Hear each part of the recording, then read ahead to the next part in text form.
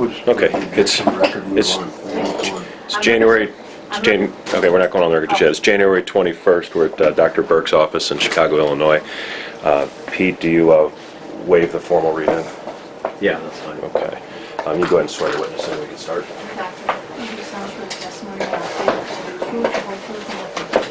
I do. Thank you, sir. Okay, on the record, we're videotaping this deposition. Before we began, we discussed the plaintiffs have stipulated that they will not use the video in any way, shape, or form in the Illinois case, correct? Correct. It's also my understanding that Mr. Pedroli wants to, or is requesting and demanding to go next in line for the deposition. I think they have the right, but in order to not waste the doctor's time to move on, I'm going to let him go ahead and do it. Doctor, my name is Robert Pedroli. I represent Rebecca Leach. You'll have to excuse me. I have a little bit of a cold with head congestion. I hope I don't lose my voice. It'll be a little raspy. And if at any point you don't understand me, you need me to restate the question or rephrase it for you, I'll be happy to do so. I'm here with Mr. Sansone, who also represents the plaintiff, and he was here at the last deposition. Now, you are a licensed medical doctor, is that correct? Yes.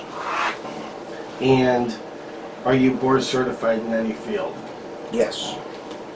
Let me hand you. What did I do with it? I can't even see the span. And, the exhibits, his CV, all those. Let me hand you what's been marked as deposition exhibit Burke number 1. That was provided by your office. Is that a copy of your curriculum vitae or your resume stating your educational background and accomplishments? Yes. And is that accurate and up to date, or is there anything that you'd like to add? Somehow there's one that doesn't include my other one I wrote in by hand, full professorship, and it probably has a few articles missing that were published recently. Okay. Do you have any background in neuropathology? Other than my residency, not particularly. Okay. And I'll be asking you questions today. And doctor, would you agree that if you give an opinion or conclusion in this case, that the opinion or conclusion must be held within a reasonable degree of medical certainty, which means just what it says? And we will assume, if you do give an opinion, that all of your opinions will be held to a reasonable degree of medical certainty. Otherwise, you will so state. Okay? Yes. And if you give an opinion or conclusion in this case, in answer to a question, it must be your opinion or conclusion that you believe is more likely true than not true, or simply stated more right than wrong. In other words, it must be your opinion or conclusion to a likelihood that is greater than 50%. Do you understand that? Yes, I do. And you agree to do that? Yes.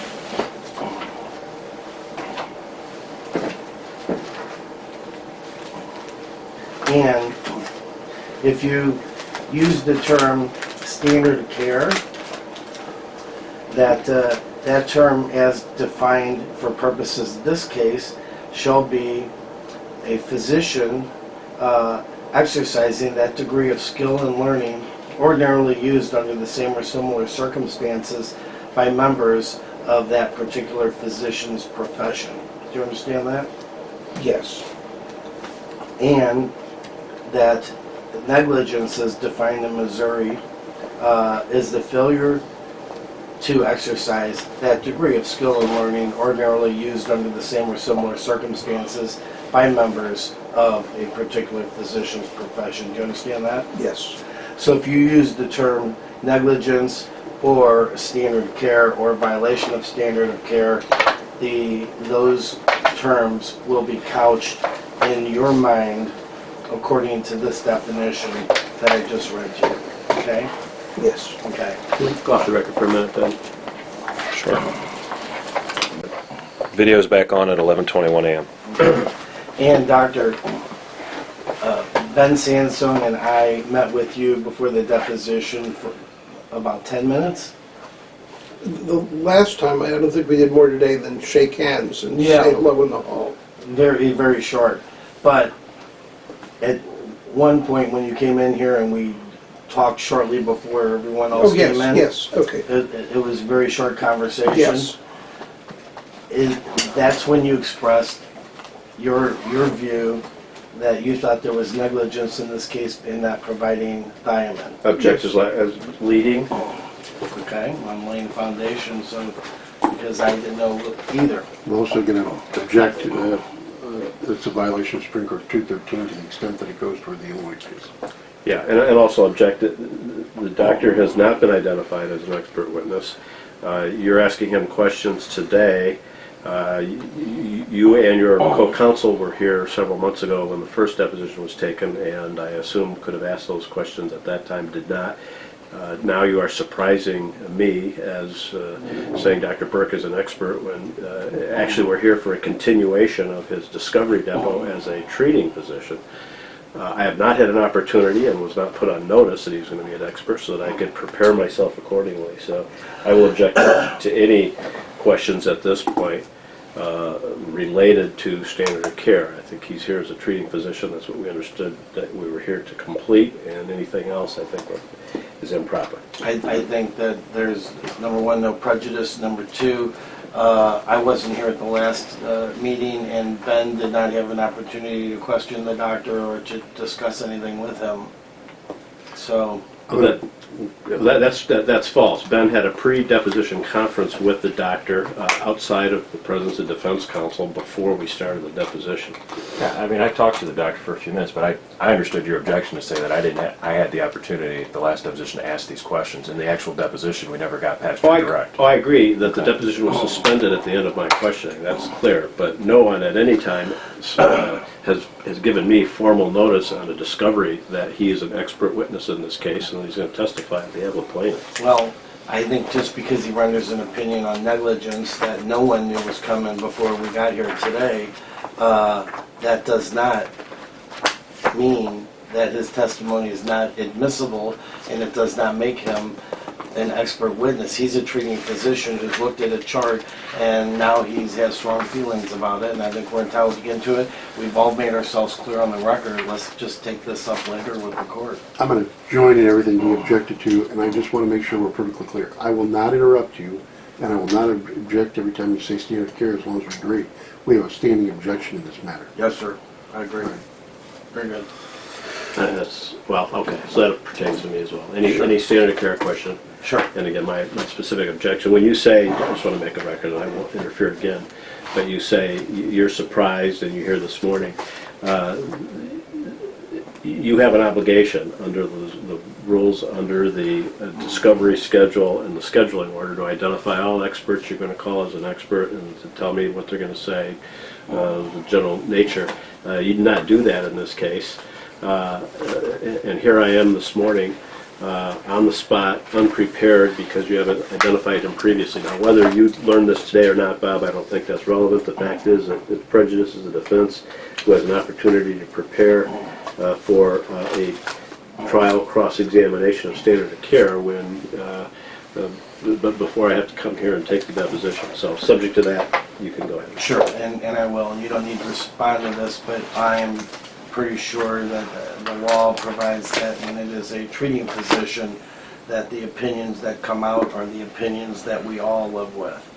So I'll proceed. And I do want to make one record, and then I won't. The civil rules on experts. There's provisions for identifying retained experts, and there's a provision for identifying non-retained experts, which are, to my understanding, treating physicians. And this doctor was not identified as a standard of care expert under either of those provisions. So go ahead. Okay. And doctor, prior to today, had you expressed any intent to offer a standard of care opinion to either Mr. Sandstone Rebecca Leach, her family members, or me? I've taken care of her, that's really it, and I've given you an opinion on the side. Okay. Right, but, I mean, prior to today, you never told us that you felt that there was violation of No, I standard care. did not. Okay. Okay, now, I want to go, we'll get to all of that, but I want to go a little bit more into your background.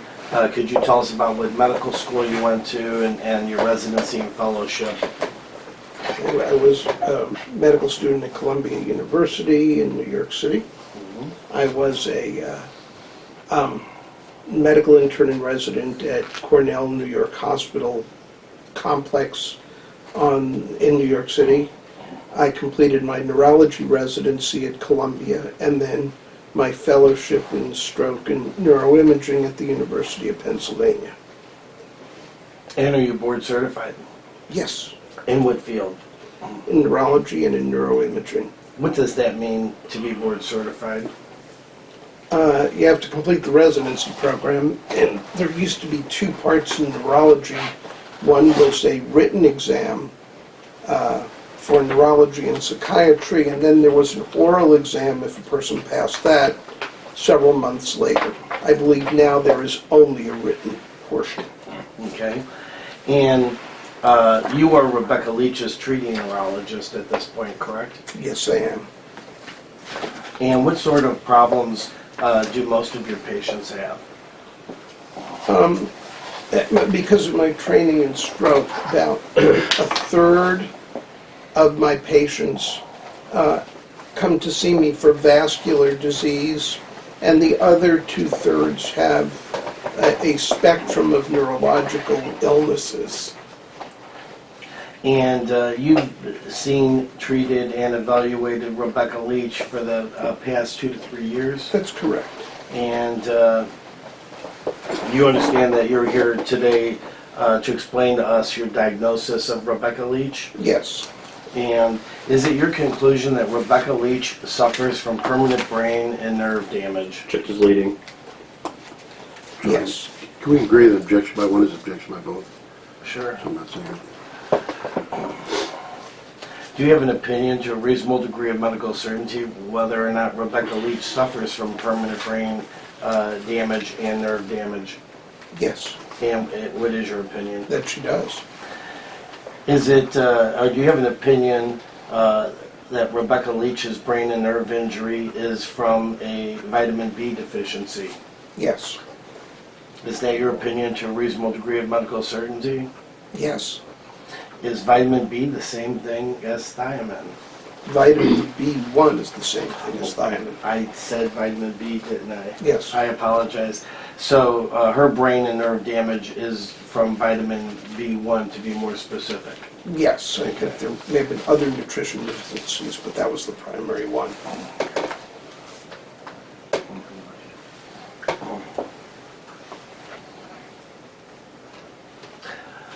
What type of vitamin is vitamin B1 or thiamine?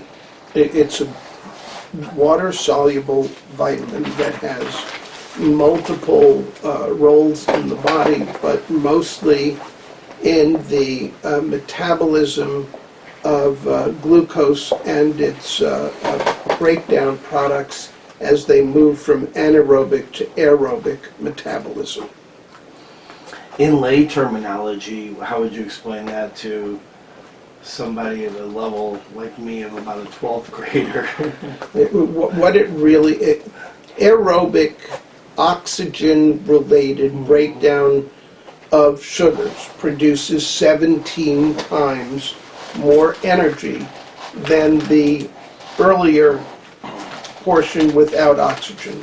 In the absence of thiamine, glucose cannot enter the aerobic portion, so there's not enough energy produced for certain cells to function or even survive. Okay. And would that include muscle cells and nerve cells? Muscles, nerves, brain is very high on the list because it can only break down to products for energy. And since B1 or thiamine is water soluble, what does that mean about its long-term storage capacity in the body? It's generally not very good and is rapidly excreted, so it has to be replaced on a daily basis. Are there different causes for abnormally low B1? Yes, And what would those causes be? they can be a lack of intake. They can be poor absorption. And there are some chemicals that interfere with the efficacy of thiamine, such as alcohol. Okay. Now, in Rebecca Leach's case, would you exclude alcohol consumption from her case entirely? Yes, I would. And so where do you see the causes from her abnormally low B1? I think it's got to be nutritional, and she just wasn't getting any. Okay. Let me just move to strike as lacking foundation. The answer. Sure. Doctor, have you reviewed the records pertaining to Rebecca Leach, such as the Burns Jewish records from her various admissions Yes. through December and into February, even when she was diagnosed with Korsakoff syndrome? Yes, I have.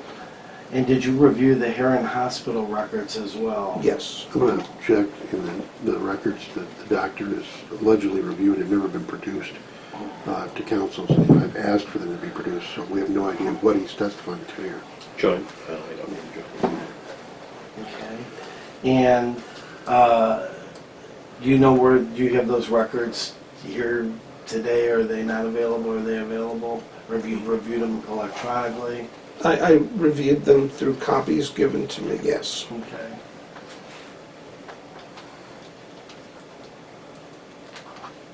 And you also have your chart? Yes. And do you recall reviewing any other records? Those were the only three, my own, the hospital in where the patient had a procedure, and then the notes from Barnes Jewish Hospital. Okay. And then have you reviewed the records from Dr. Pestrunk's lab through Washington University? He's associated with Barnes Hospital. Yes, and I looked at those, yes. Okay. What is it called, the type of brain and nerve damage that Rebecca Leach has? The general term would be Wernicke-Korsakoff. And what about the peripheral neuropathies that she has in her hands and arms? Is that a component that has its own name as well? Well, again, the acute neuropathy can be seen in a Wernicke syndrome, and it can persist after treatment if the injury is too severe. And I was wondering if the term beriberi has, and I know that, is that part of the Wernicke-Korsakoff syndrome? It is really very similar to it. It's generally more associated with the Far East, where there's a lack of thiamine in the diet. But really, Wernicke-Korsakoff is very much like dry beriberi. Mm-hmm. And dry beriberi would be the type of beriberi that Rebecca Leach had in this case? Yes. And that would be compared with the other type of beriberi. Wet beriberi. Okay, what does that affect? That has a lot more effect on the heart and electrolyte balance. Okay. Do people with bariatric surgery complications associated with Wernicke-Korsakoff tend to get dry beriberi or wet beriberi? They're more likely to get dry beriberi. Junction foundation. Doctor, how familiar are you with treating patients with the Wernicke-Korsakoff, the dry beriberi syndromes that occur from a lack of B1? Very familiar. Could you tell us a little bit about your background in that area? My training, firstly, alcoholism occurs everywhere in the world. And I certainly saw a lot of Wernicke-Korsakoff at every hospital I trained at because people are very vulnerable to that problem. I saw a particularly high amount at Harlem Hospital. The Columbia Neurology Program had a 4-month rotation through Harlem Hospital. And we had our own floor. I actually slept in the on-call residents slept there every third or fourth night. And I saw many patients with this problem. I mean, seeing a patient every night I was on call was not uncommon.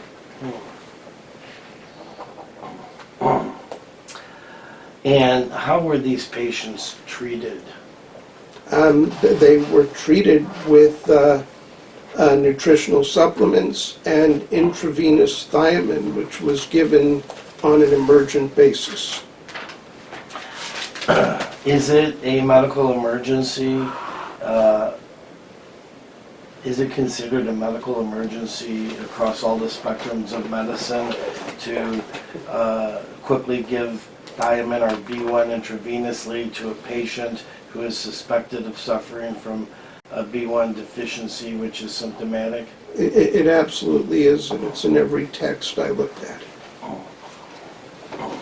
Doctor, let me show you what's been previously marked as plaintiff's exhibit number 28.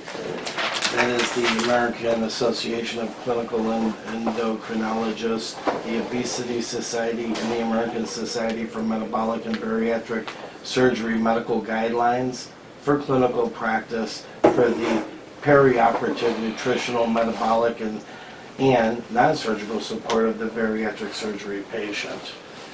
And I'm going to direct your attention to R128 on page S129 of this exhibit and ask if you could read that rule out loud. In patients, Jack's calling for hearsay. in patients presenting with neurologic symptoms suggestive of thiamine deficiency, that is Wernicke encephalopathy and peripheral neuropathy, aggressive parenteral supplementation with thiamine should be administered for 7 to 14 days. Do you agree that that should be a rule that all physicians should follow? Yes, Is that the standard of care? yes. Is the failure to follow this rule, would that be a violation of the standard of care according to the definition I gave you at the beginning of the deposition? Christian Foundation. And in December, admission at Barnes Jewish Hospital and the Washington University physicians that she was treating, she was admitted under Dr. Perlmutter's care, and he's a neurologist. And at that point in time, I want you to assume that they had the low B1 test that was reported on December 20th and drawn on the 17th. And at that point in time, would it have been a violation of standard of care for him not to follow R128 and immediately prescribe parental supplementation with thiamine? The object is lacking foundation and leading. Not giving intravenous thiamine would be below the standard of care, would be a violation of it. Doctor, with the fact that this was a post-bariatric surgery patient that had some history of a stricture that was dealt with as a complication, and that this patient had a low B1 test that you're aware of, the level was 60, what was the level? 62.7. 62.7, I'm going to get the tenths right. And knowing that alone, when the patient presents with the peripheral neuropathies and the burning pains in her extremities, would that have triggered the standard of care as mentioned in R128? The standard of care would have been if one suspects it, treat. There is no harm to thiamine. Delaying things makes recovery much less likely.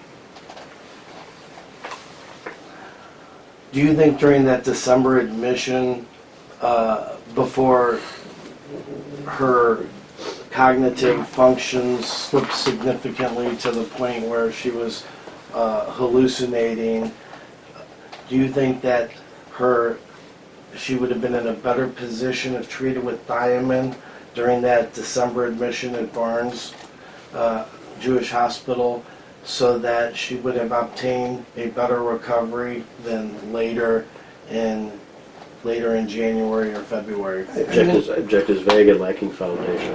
Counsel also testified. Let me rephrase that. Doctor, do you have an opinion to a reasonable degree of medical certainty whether or not the treatment in December would have resulted in a better recovery Objection for the made. patient? I mean, based on the literature of over 50 years, which has been, reconfirmed multiple times, but going back to the original studies of Adams and Victor at Boston City, the earlier the treatment, the better the chance for recovery. The later the treatment, the worse.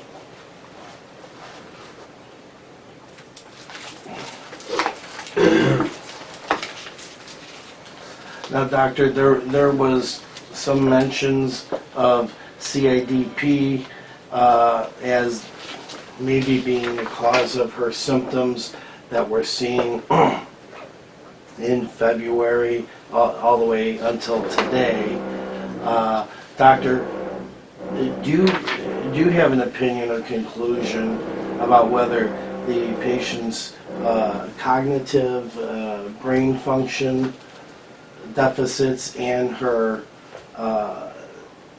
peripheral neuropathies and her peripheral weakness and pain, nerve damage, is the result of CIDP? Object is vague and lacking foundation.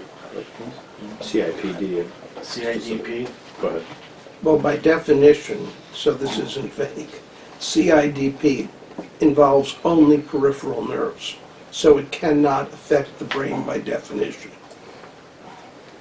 So the fact that her illness came on originally as peripheral symptoms and developed slowly and then more quickly along the lines of cognitive deficits, what does that tell you about the diagnosis of CIDP? The object is lacking foundation, and Bob describing the progression of the symptoms. It's leading and it's testified.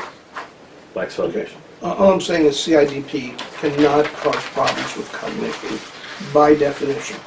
It And involves only peripheral nerves by definition. do you have an opinion whether Rebecca Leach's cognitive dysfunction is part of a syndrome that is associated directly with her peripheral symptoms? Yes, I think they're all, they can be organized under a unifying diagnosis. Which is Wernicke-Korsakoff, which is from thiamine deficiency.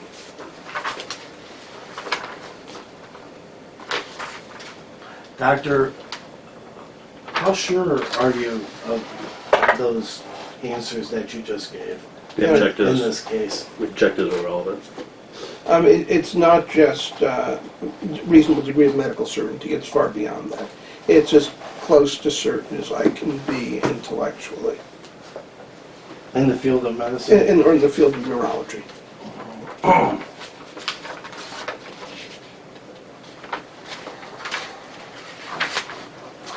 Can an abnormally low B1 thiamine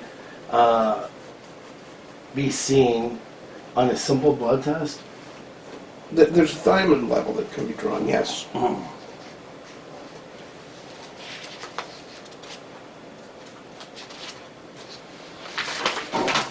Doctor, what are some of the symptoms of B1 deficiency?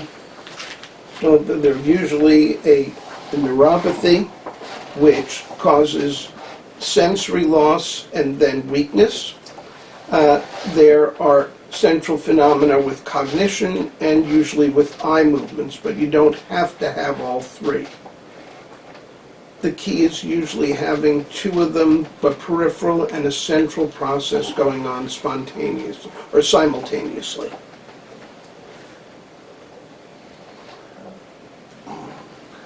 Those are the primary, Yes.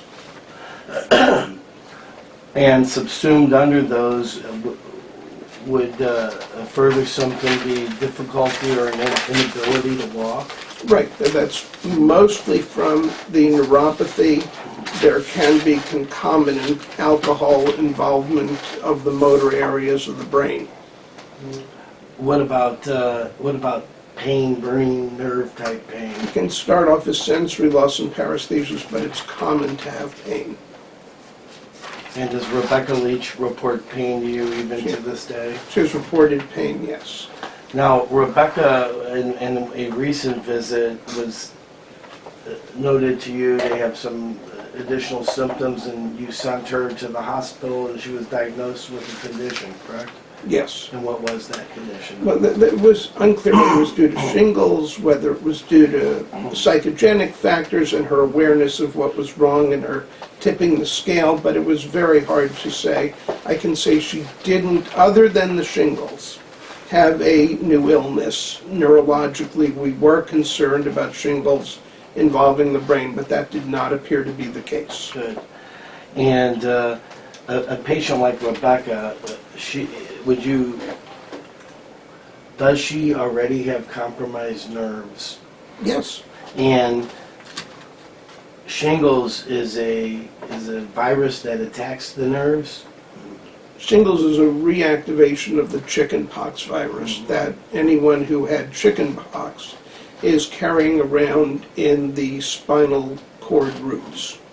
So if she gets since she's already has compromised nerves, if she gets a condition that affects her nerves, would the pain level that she sustained versus the pain level that someone without her pre-existing condition sustained, would it be different? It's hard for me to say. One should have how she would comprehend it, and I just can't tell for sure. It also would depend on where in the body it's involved.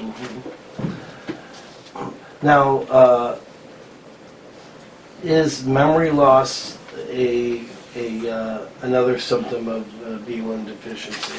That's one of the hallmarks. And what about slurred speech? They can have that on the basis of Wernicke's or on the basis of cerebellar dysfunction from alcohol. Okay, so she's been noted to have slurred speech. Right, I suspect it is nutritional in her case. So from the B1 deficiency. B1 deficiency, yes. What about confabulation? Is that a symptom of B1 deficiency? It's one of the hallmarks of Korsakoff. And it's one of the very interesting features of it, yes. And could you describe what confabulation is? Someone with memory loss, say someone with Alzheimer's disease, would not know the date or might not know the date. Might or might not know where he is, like a doctor's office. But patients and they'll usually say, I don't know, or I'm at home, but patients with Wernicke-Korsakoff but their brain develops parallel realities of an unusual sort. So I remember one patient at Columbia, when I asked him where he was, he said that he was working for like Fuller Real Estate in Manhattan. And we were sitting there in the Psychiatric Institute. So it's that sort of thing. They develop a parallel reality, and it is a hallmark of Korsakoff. So they fill in with false facts that they don't realize they're false facts. And that's it. They don't realize it, and it is usually different from the patient with Alzheimer's who will just say, no, I don't know where I am.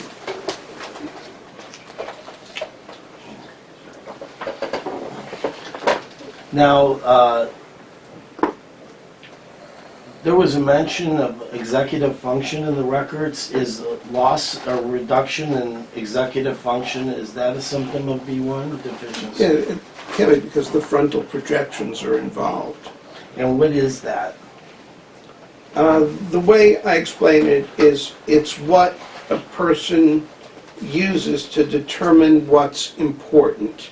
In other words, if somebody walked in the lobby and said, "I'm very cold," but somebody also fell down the stairs outside and were bleeding, even though the person who came in and said, "I'm cold," came first, we would probably use executive function to say the person who fell down the stairs is really sick and needs to be attended to immediately, and I will come back to the other person.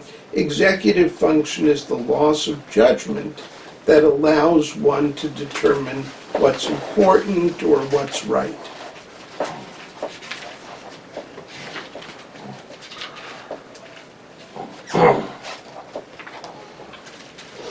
Now, I just want to run down the list of things. Does today, do the things that Rebecca Leach, still the symptoms and difficulties that she has today, at this point in time, that she derived from the B1 deficiency, are those permanent in your view? Yes, they are. What time frame, when someone has a Korsakoff B1 injury from a B1 deficiency, what is the time frame that you would suspect the recovery to occur that you're going to get? It's usually rapid, usually within days or weeks, rarely more than 2 or 3 months. That would be the outer limit.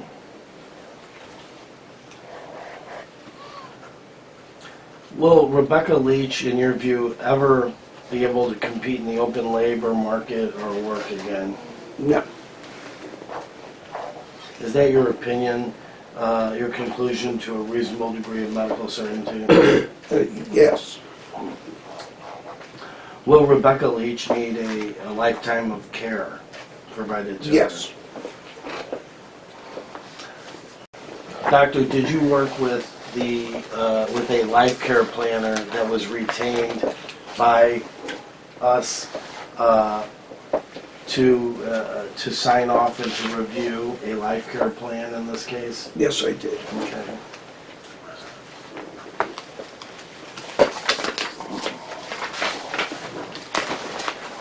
There it is.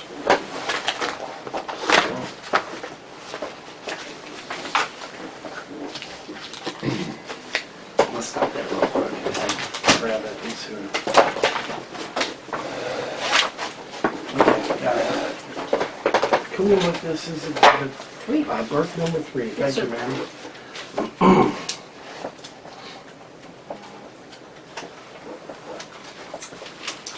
Works for you. Thank you. Oh, may I give this to my staff? Sure. Let's go. I'm very sorry. Video's off at 11:51. Video's back on at 11:53 a.m. Okay, doctor. I'm going to hand you a group exhibit, Burke number 3, which has a letter from Jan Klosterman, the lady who put together the life care plan, certified nurse life care planner, and it has your signature, and the date of your signature is January 11th, 2016 at the bottom. Is that correct? That's correct. And you checked off in the box, and what does this indicate? That I've reviewed the life care plan and agree with the plan of care. It represents reasonable and necessary care necessitated by this patient's injuries. And the question I want to ask you is, the patient's injuries to which you are referring, are those the injuries relating to the B1 deficiency? Yes. Okay.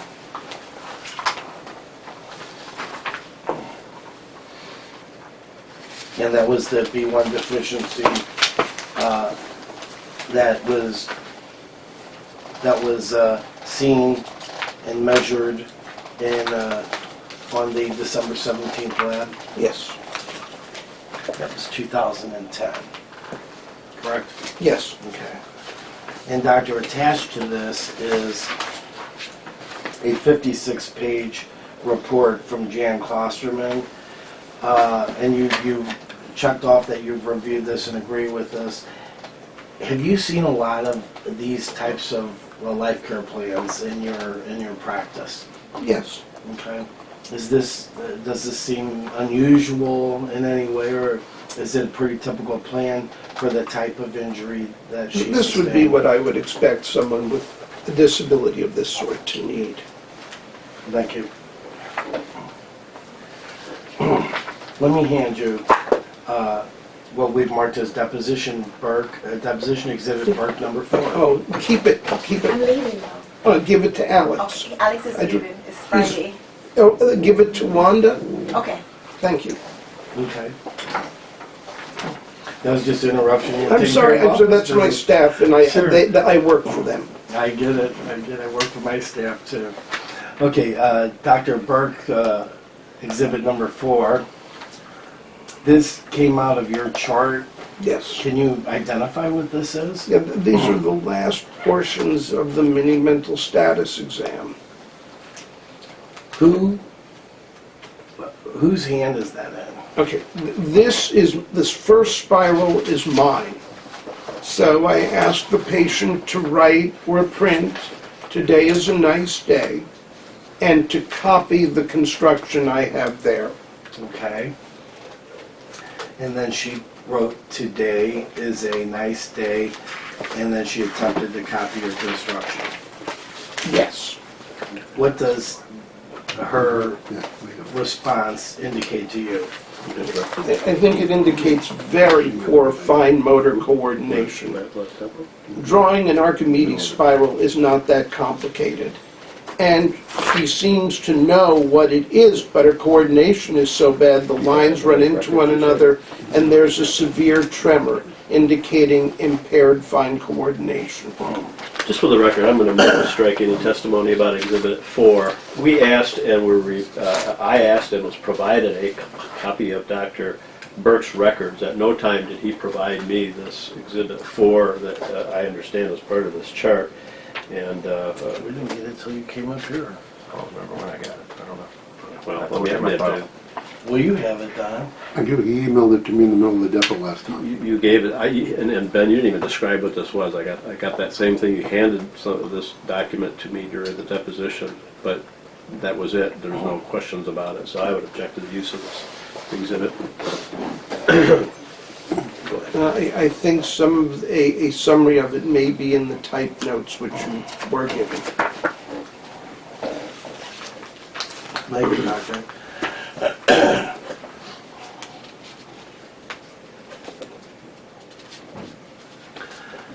Now, the problems that Rebecca Leach has today, you mentioned that they were permanent. I'm going to go through the litany, basically, of what we've just discussed and ask you if she has these particular symptoms today.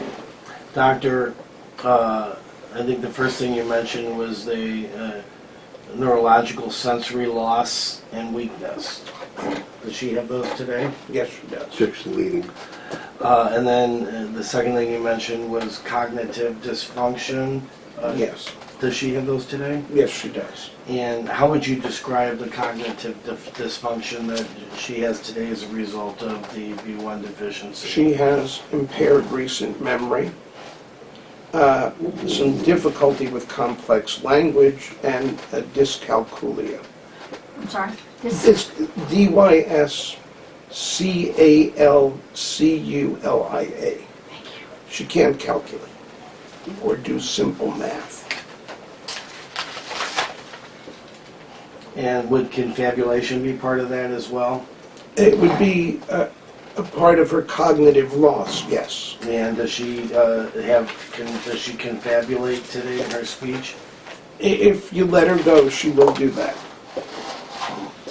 Loss of executive function. Does Rebecca Leach have loss of executive function today from her B1 Yes, deficit? she does. And the pain, the nerve pain, does she have nerve pain today? She has pain, yes. And that's the result of the B1 deficiency as well. Right. And the weakness, I already mentioned weakness.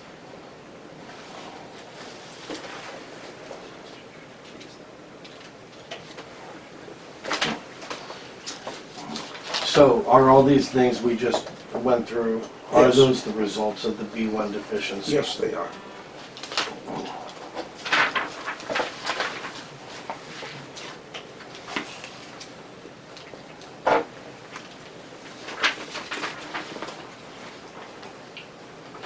Can we mark this?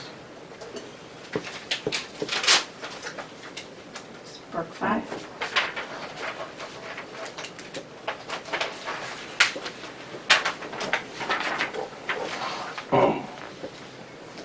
Doctor, I'm going to hand you what's been marked as deposition exhibit Burke number 5. It is a bait stamp, page 417 from the Barnes Jewish records of, it's actually the assessment / IPOC dated 12/27/2010 at 2000 hours. So it's the December admission. And there's a fall risk teaching detail. And it was entered by RN Jennifer Schultz.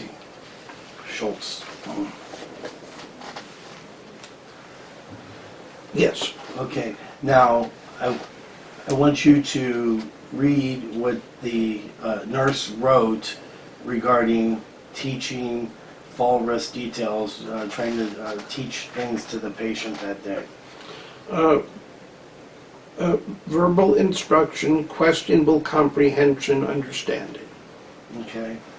What does that indicate to you that the nurse was seeing? She can't learn new information. And in this case, it's how to be safe at home or anywhere, and it just didn't, she did not understand the basic instructions. Okay. Now, this being December, does this indicate to you that the healthcare providers are in December picking up problems in the patient with comprehension and understanding? Yes, it does. It's just speculative. What does this entry that you just read indicate for Rebecca Leach's B1 deficiency? Is it pertinent to it or not? I believe B1 deficiency is the cause. Unequivocally, this indicates the patient has problem comprehending simple language. Can I see the exhibit?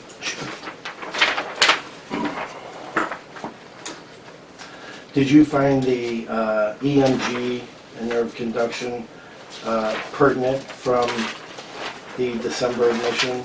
Well, just that it showed a neuropathy, yes. And then the rest of the report I thought was relevant and interesting. And yes, I did. Does this, in your opinion, the findings support the fact that her symptoms and the findings on the EMG were from a B1 deficiency? Yes, it does. And can you explain how? Well, with B1 deficiency, the neuropathy is more often or more of an axonal component, and it's usually sensory motor. That's exactly what you have here.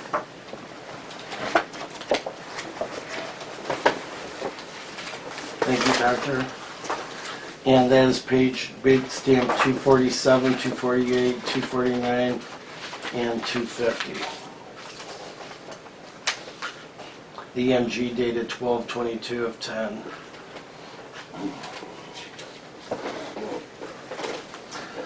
Let me hand you what had previously been marked as plaintiff's exhibit 21, which is bait stamp 204, 205, and 206. Have you reviewed this report by Dr. Koch? Yes, I did. And let me show you what's been marked as exhibit 66. And Dr. Koch identified these two pages, pages 202 and 203, bait stamped as his handwritten consultation. That's reflected in which we have in front of you, which is the typed up version. Okay, and Dr. Pestrunk was present and signed off on this report. You Yes. understand that? Yes. Okay. Now, I want to go through just a couple items here and see if you think that they're pertinent to the B1 deficiency. Right here, could you read this sentence that starts with although? Although the patient admits her memory is not what it once was, and she is uncertain as to the exact sequence of events, she does remain consistent that they began within the last month and have continued to worsen. Do you find that information that the doctor got from the patient to be pertinent to her B1 deficit? Yes, And how? it would be consistent with it. What exhibit is that? That's previously marked as 21. It's Koch's consultation. Right, so make sure you know that. Okay. And let me show you on the physical examination, it's typed up. You're looking at the handwriting. Handwritten. It's much easier to read it typed up. Believe me, I tried reading his handwriting. He has a neurologic exam, and does he talk about that her cognition, her cognitive state is slipping? Can you read that section? There are several references to impaired cognition here. And what are they? The patient is slow to respond to some questions, is frequently inconsistent with her answers. She admits to being a poor historian. And do you understand that this lady's baseline prior to her surgery was that she was a project manager for the county in which she lived? Yes, And she's 50 years old at this point, I think 49 at the time of surgery, thereabouts. yes. Is this what you would expect from a patient if you take away the B1 deficit? These things that you're reading? This is not someone with normal mental status. Thank you. Now, there's also a mention of some weakness of the orbicularis oculi muscles noted bilaterally. Can you, do you think that's pertinent to the B1 deficit? And can you tell us what that is at the same time? Yeah, those are the eye muscles that open the eye. They are innervated by the third nerve, and involvement of the eye movement nerves, including the orbicularis oculi, can be an early finding in some patients with Wernicke-Korsakoff. So, in the triad of symptoms where it talks about some loss of visual control, this being the same nerve, would you include this finding as an ocular finding consistent with B1? I would call it, an oculoparesis, an eye paralysis, or an oculomotor nerve dysfunction. Yes. Okay.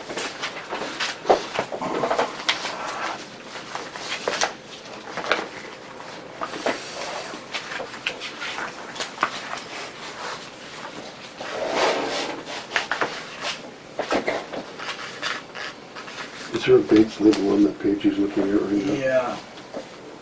205. It's the second page of Coke's report. Now, he goes through and he talks about her reflexes and lacks thereof and her deficits. You've reviewed this, correct? Yes.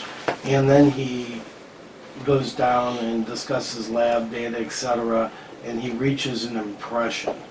Could you read what his impression was when he saw the patient with Dr. Pestrunk? In summary, this is a 50-year-old female with a progressive weakness and numbness in her bilateral lower extremities. Her history and exam are suggestive of sensory motor neuropathy, possibly secondary to vitamin deficiency from her gastric bypass surgery. The patient may have a superimposed myelopathy as well. And then there are recommendations. Okay. Now, so, is his impression that this is possibly secondary to a vitamin deficiency from her gastric bypass surgery? Was he correct in your view? I think he's correct, and it's clearly the first and the only item he mentions there in his differential. So he's right on the money that it was a vitamin deficiency. That's Check is correct. leading and argumentative. Okay, I'll strike that first.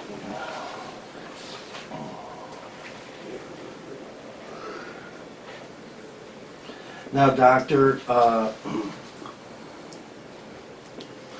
regarding the accuracy of his impression that this was a vitamin deficiency from her gastric bypass surgery, where, in your opinion, must this lead him? To treating with vitamins. Okay, now which vitamins should he look at as being principal possibilities of being the culprit? Okay, he mentions here that he would recommend sending labs for immunofixations, DE and K levels, and an MRI of the spine. And he wanted to send off a sensory motor neuropathy panel. And he wanted copper and zinc levels. And doctor, what would the standard of care require a neurologist to include on that list? A B1 level, B12 level.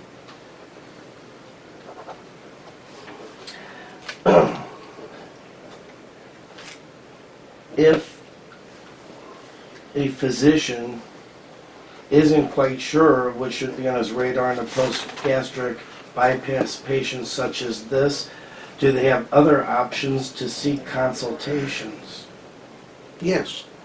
And what type of consultation for a post-bariatric gastric bypass patient would a neurologist consider if they were unsure of which vitamin levels to check for a post-gastric bypass patient? I would probably call gastroenterology. If there's a bariatric surgical service, I could always call them. I would choose one of those two first. Okay.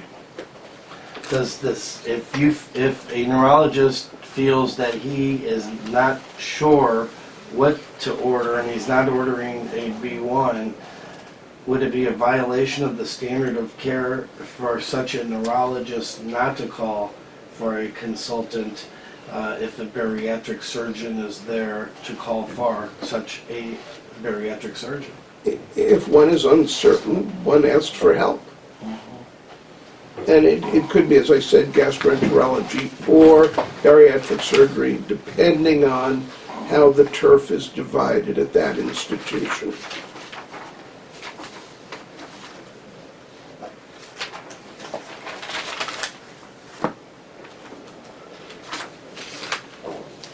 Doctor, now you've recently reviewed well, that was recent.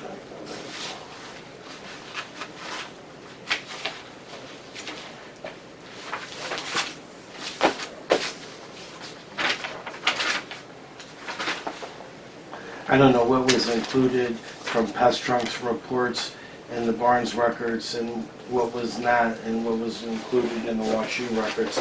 but you have reviewed Dr. Pestrunk's immune staining panels and his pathology reports, correct? Correct. I'm going to hand you what's previously been marked as Exhibit 66A, which comes from the Washington University chart, WashU, page 142 to 153. Now, I want you to assume that Dr. Pestrunk testified that he thought this was a vasculopathic disorder. You've reviewed these. What's your view on whether this is a vasculopathic disorder? As I recall, the vessels were patent, so I don't see how it would be vasculopathic. Yeah, vessels are normal. So I could not call this a vascular neuropathy. And at some level, Dr. Pestrunk seems to agree because he says that it's non-diagnostic. He says it's most commonly seen, but occasionally in demyelinating disorders. And here he says it's non-diagnostic. That's the final Right. just January 22nd report. Right, and then this one in January says it's a January non-diagnostic muscle biopsy. And, I mean, he's not sure of the diagnosis.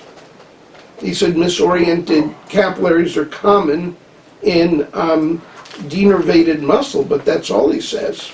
He says the vessels are patent on the nerve, or normal. Are the findings that he does find with the axonal damage and whatnot contained in his pathology reports, are they consistent with a picture of early or moderate or late thiamine B1 deficiency damage? They can be seen in this. There's nothing inconsistent with it, but this is a non-diagnostic study, which is what he calls it. Do you think that when February came around and she was in full-blown Korsakoff psychosis, that the pathology might have looked different? Object is bleeding and lack foundation. Counsel testifying. I mean, I can't say for sure, but things were pretty bad when she came in. So I don't think it helped. It probably got worse, but I don't have a biopsy from then. Okay. Exhibit 67, I'm going to show you this. This is page 8 from the Barnes, page 95 from the Barnes, and page 20 from the Barnes. And this indicates on her discharge instructions, neuromuscle clinic will call with neuromuscle follow-up appointment. On the next page, page 95, final order summary, it says follow-up neuromuscular clinic will call with neuromuscular follow-up appointment. Did I read both those correctly? Yes. And I'll show you the physician discharge note orders, date page, looks like page 20. It says follow-up, and then it says neuromuscular clinic will call with neuromuscular follow-up appointment. Did I read that one correctly? Yes. Now, after she was discharged, the date comes where the final reports are signed off on, January 22nd, whatever point in time it is, because she's out of the hospital by the end of the year. Is Dr. Pestrunk, because this is a non-diagnostic stains and non-diagnostic testing, is there an obligation on his part to pass that information along or to see the patient? The object is irrelevant. I don't know that there's any issue involved in Dr. Pestrunk's failure to perform some kind of treatment that you're claiming would have caused this patient injury. There was any pleading to that effect, and no causation testimony that I'm aware of. Subject to that. Also, an objective ag. Okay. As a member of the Executive Peer Review Committee at Northwestern, follow-up is a responsibility of the physician and the hospital. I will say that unequivocally. And I've been appointed to that committee. I didn't run for it. Been on it for 5 years. I move to strike as non-responsive. Gratuitously answering the question. So, what's your viewpoint on Dr. Pestrunk's group? Should they have passed this information along or scheduled the patient for an appointment? This Again, patient- object to relevancy, beyond the issues of the pleadings. This patient required neurological follow-up at the institution where a result was being awaited by their own admission.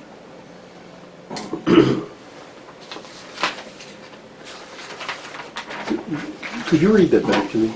I want to hear the answer. I'm going to ask her to read it back to me. This patient required neurological follow-up at the institution where a result was being awaited by their own admission. So, in the institution that had the pending test was Washington University, correct? Yes, and let me just read.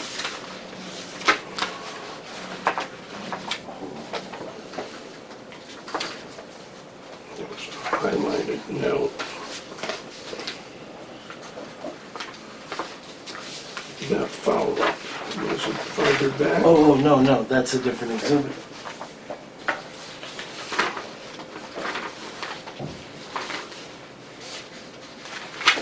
There was something, there it is. There it Okay. is. Sorry. Also obtained skeletal survey as outpatient to rule out multiple myeloma. I mean, I didn't write that or say it. That's what they wrote. Okay. What page or exhibit is that? That's the page 8. So, when she left the hospital, Neural Clinic was supposed to call her eventually when they finished their test. Is that what's going on here? That's what it says here twice, that you needed follow-up.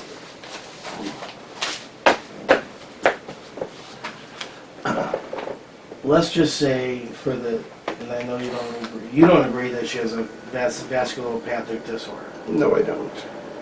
If she had a vasculopathic disorder, some other patient, some other world that Dr. Pestrunk diagnosed, would he be under an obligation as a physician to pass that information on to the patient or on to her physicians? Object to relevancy, beyond the scope of the pleadings.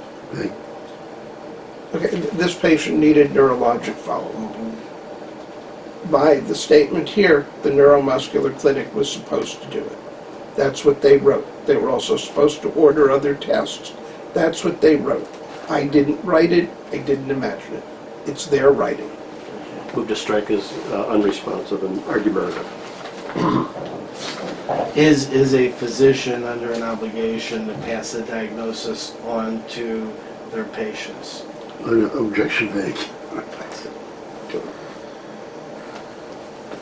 I think follow-up is the responsibility of a physician. I don't know whether I can answer that in the exact words you said, but that my answer is, my patients need follow-up from me or someone to whom I assign them. And the purpose of the follow-up is to treat them for their conditions. Or if a test is pending and I need to do something. Okay, very good.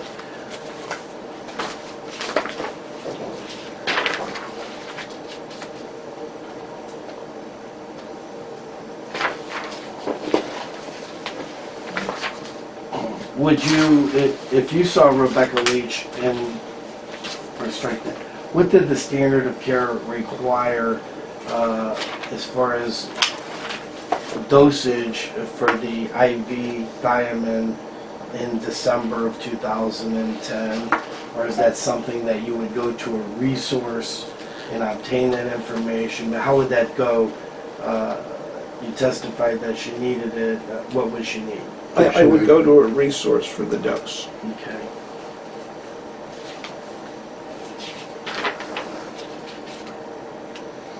Is there any toxicity to giving someone too much B1? No.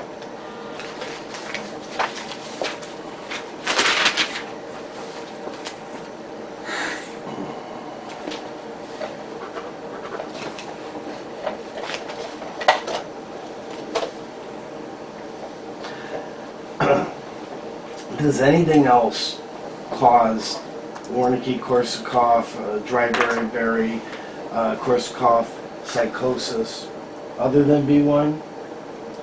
Object is vague. To the best of my knowledge, B1 deficiency is always involved on one level or another.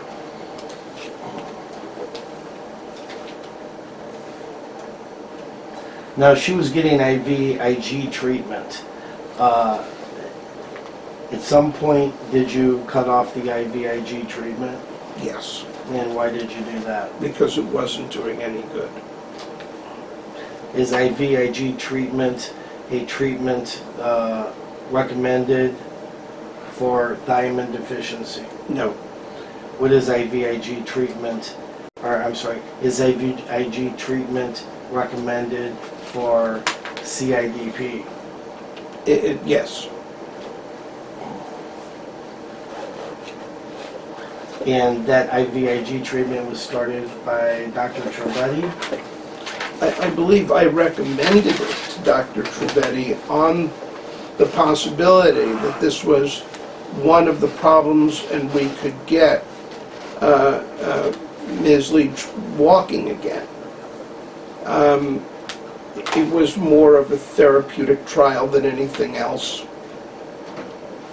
To see if it would To help? see if it would help. She could have had two conditions. And as it turned out, she did not have two conditions? Did not have two conditions.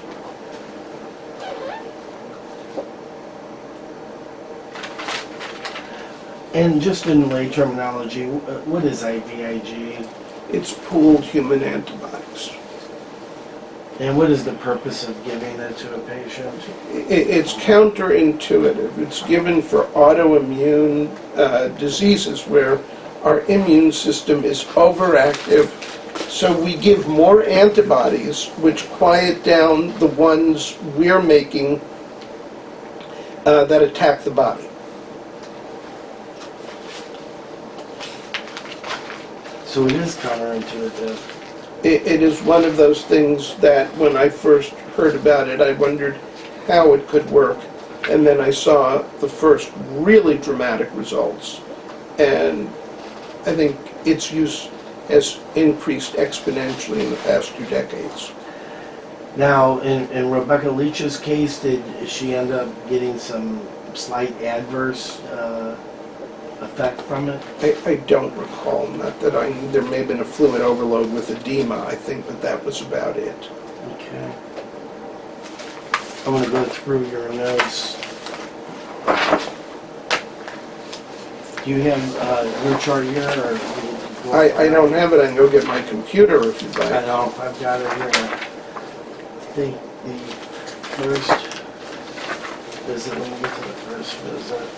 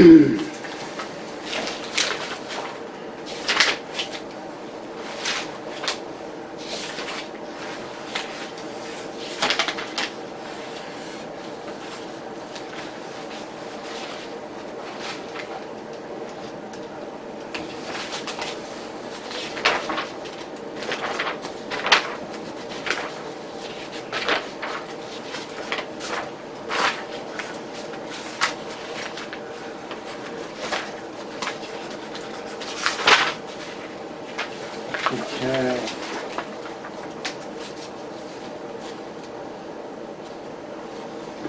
You saw her initially, I think, on 9/26 of 13. That would sound about right, yes. Okay. And you know how she got to you. I don't remember who referred her to me. I would have to look at the chart again. Had you and I ever met before today? I don't think so. Okay. Now, and I don't know that if you know this or not, you know Dr. Vasquez? Oh, okay, yes, yes. Okay.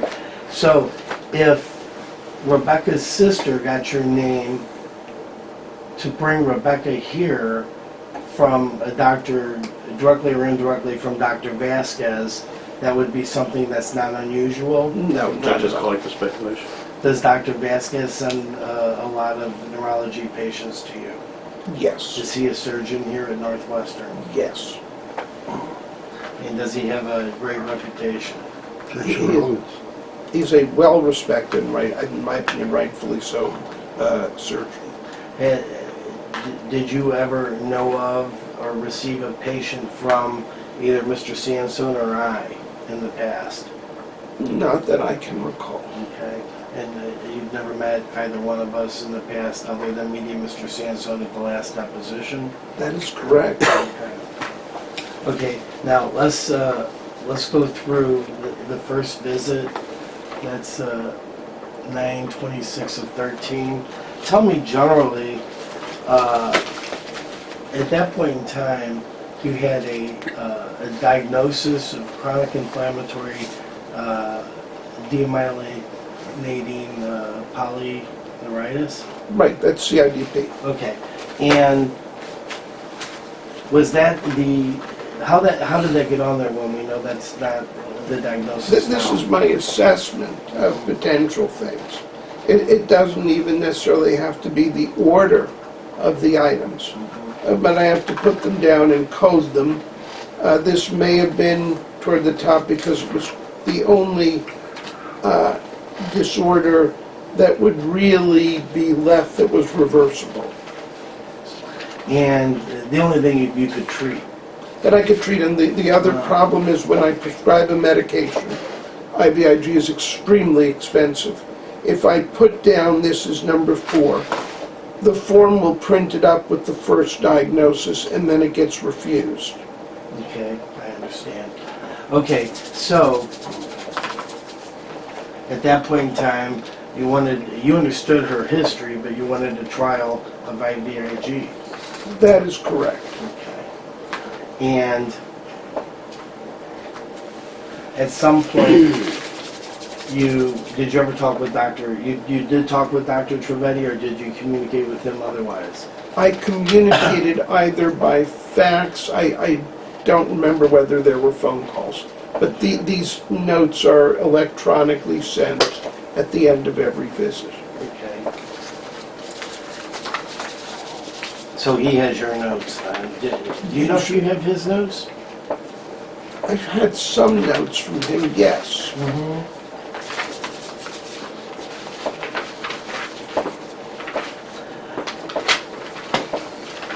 In March, and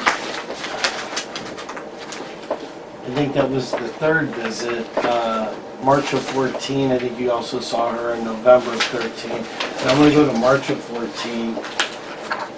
What did you list, subjective?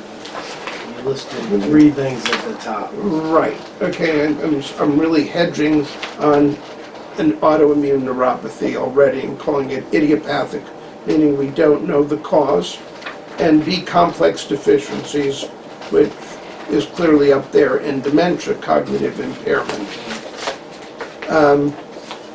And then there are more below, but these are the first ones I listed. Okay. And so what at this point, what was your plan for how to proceed with this patient to see if you could help her? Well, what I do first is, I want to see was there really going to be a response to IVIG. And that usually takes a while because getting it approved is a problem because of its expense. And then there's some point where either the patient is better, and I will order the treatment regularly, or where it's not working and I will take it away. The other things I wanted to address were symptomatic discomfort, and that was why I added gabapentin. And anything I can do otherwise that would be reversible. An anemia, B12 deficiency, is there a need for more therapy or equipment at home? Now, at one point in your records, I think you mentioned she had a B12 and B1 deficiency. Was that just a typo or a transcription error? It is impossible on ICD-9 to get all the B-complex deficiency numbers correct. They differ by one digit at the end of 4 or 5. Okay, but you understand she never had a B12 I deficiency. did, and it still drives me crazy with the coding. I understand.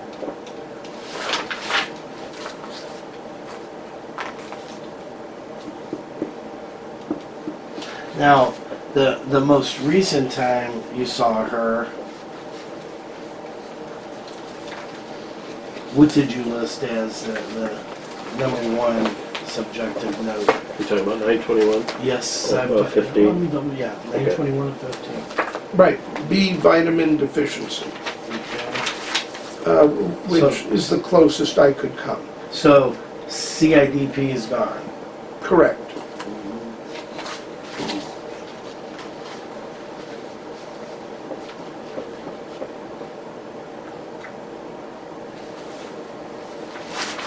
And just, man, I couldn't put in Wernicke's as a first diagnosis because it kept moving it without option to alcoholic neuropathy and dementia. That's just a coding deficiency. That was a coding thing in ICD-9. So, when you last saw her on paper, what is your diagnosis? It's, now really Korsakoff, but it was a thiamine deficiency-induced neurologic disorder.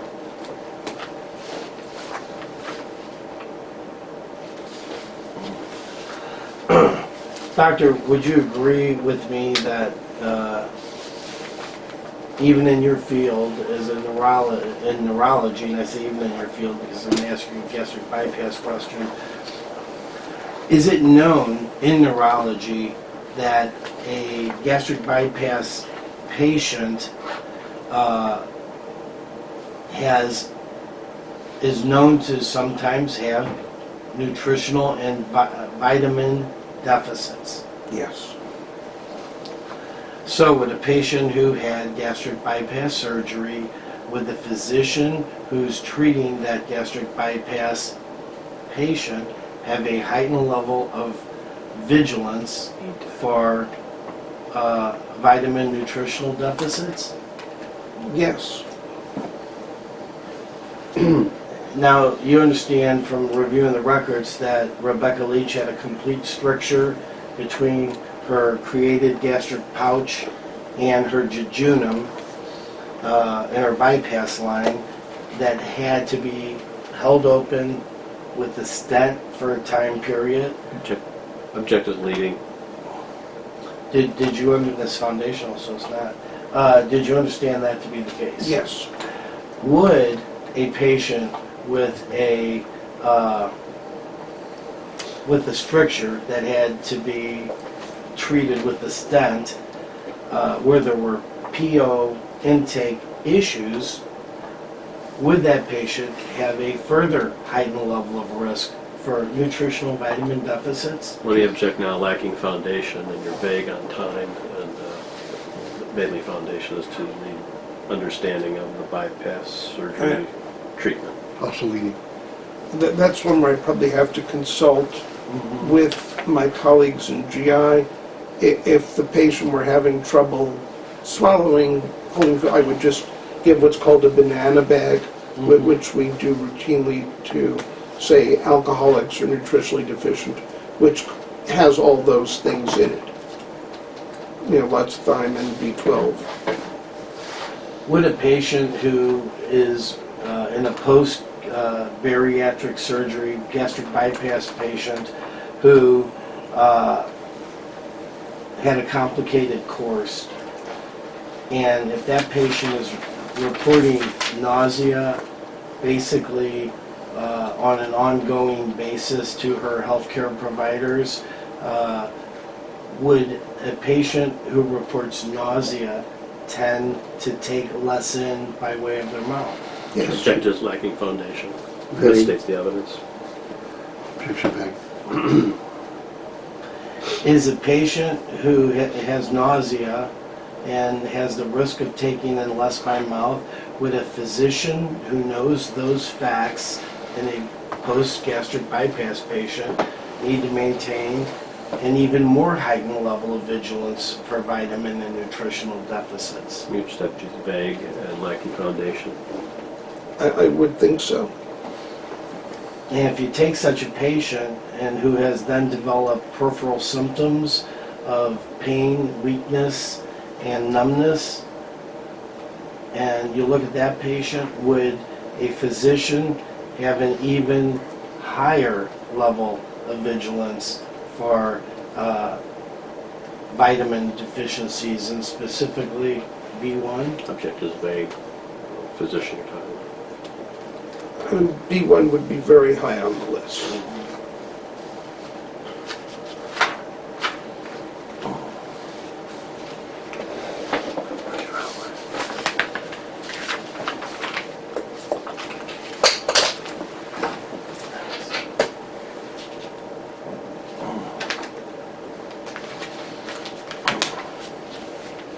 When you have a post-gastric bypass patient who has a B1 level below 70, is there anything else that the physician would need to know about that patient before they started IV thiamine treatment? Object is lacking foundation. Vague. There's a very specific recommendation. There is a need for emergent thiamine parenteral therapy. That's consistent through all specialties, I know. And in lay terminology, what is parental therapy? Non-oral. IV. With IM. IM or IV with thiamine, it's recommended to be given IV. Okay. And just for everyone, I think everyone knows what IV is. That's the needle in the arm. But anyone can be in there, but it's the needle in the vein, In the vein. intravenous. And IM Is in the muscle, and that, depending on how much muscle mass one has, what position he's in, the absorption is different, so it may be delayed. So IV is the best. IV is the recommended form. And are there any, is it expensive? No, it's cheap. Is it difficult to do? Starting an IV is pretty easy. Are there any dangerous side effects? I'm sure there have been infections, I am sure there are blood clots in the arms, but IVs are pretty routinely started without much to do about them. No, I'm talking about the B. Forget the B1, IV. B1 can be given in unlimited doses. There have been no side effects reported. Do you believe that a doctor must respond in one way or another to abnormal blood test results? Object is vague. Also lacking a foundation as to time, circumstances. General rule. An abnormal blood test has to be acknowledged, yes. Do you believe that doctors, physicians, when they're treating their patients, that they need to review the patient's medical charts and records? Object is vague, lacking foundation. Yes.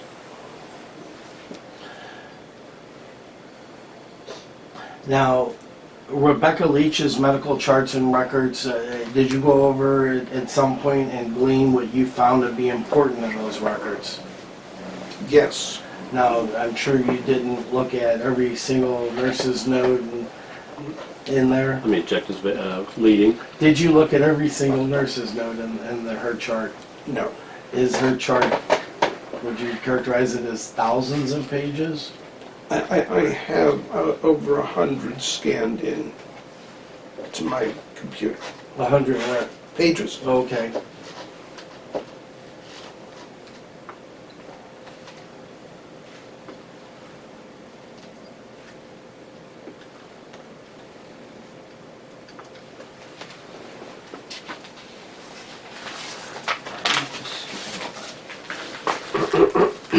These were asked.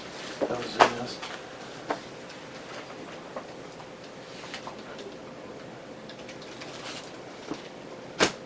That was asked.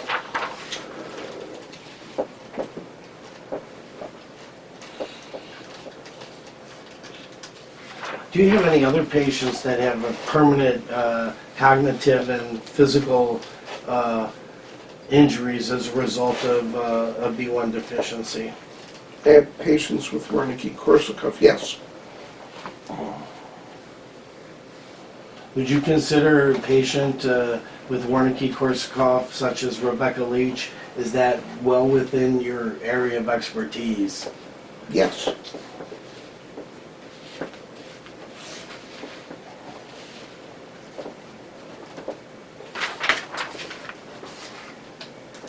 Let's go off the record a minute.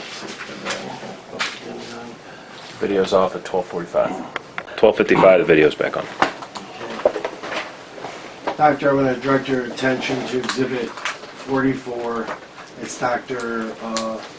Mullidy's chart from WashU. He's the physician who put the stent in and took the stent out. He did a follow-up visit between the time he put it in and early on and the time he removed it in December. He saw the patient on November 5th, and the patient answered or checked this box here. The question was primary symptoms and a reason for this appointment, correct? Yes. And what box did she check? Nausea, vomiting.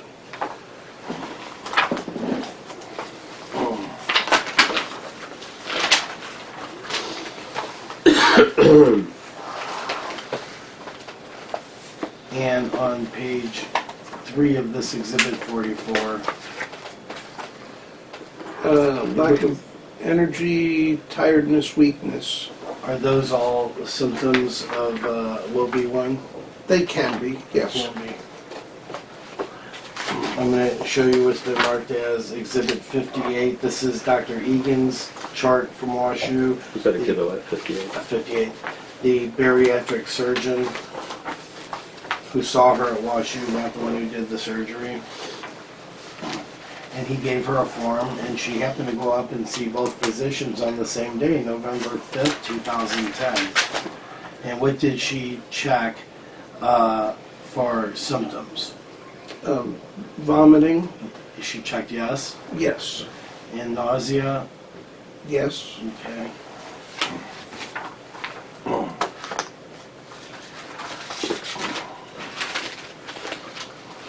Doctor, when you talked about this, the violation of the standard of care earlier and the need to start thiamine, I want to go back and revisit the time period we're talking about. Now, the test was taken, the blood was taken on the 17th for the B1 test, and it was reported on the 20th. And she was discharged from Heron on the 20th and readmitted through the emergency department. She was told to go to Barnes Jewish by a neurologist, since she had to go there for her gastric bypass follow-up. The emergency record note even indicates that. Presumably they have a stent taken out, which she shortly thereafter had it taken out, I think a day or two later. Now, when she went there in the emergency department, they had the B1 level because it was recorded by the neurology fellow who saw the patient in the emergency department. Okay, assuming all that's true for this question. Is the violation of standard of care for failing to start thiamine, does it occur at that point when they have the B1 test in hand and you have the peripheral neuropathy with the complicated post-gastric bypass history for this patient? Objection. Oh, yeah, that just lacks foundation. It's vague as when you say complex. Objection as to who is they.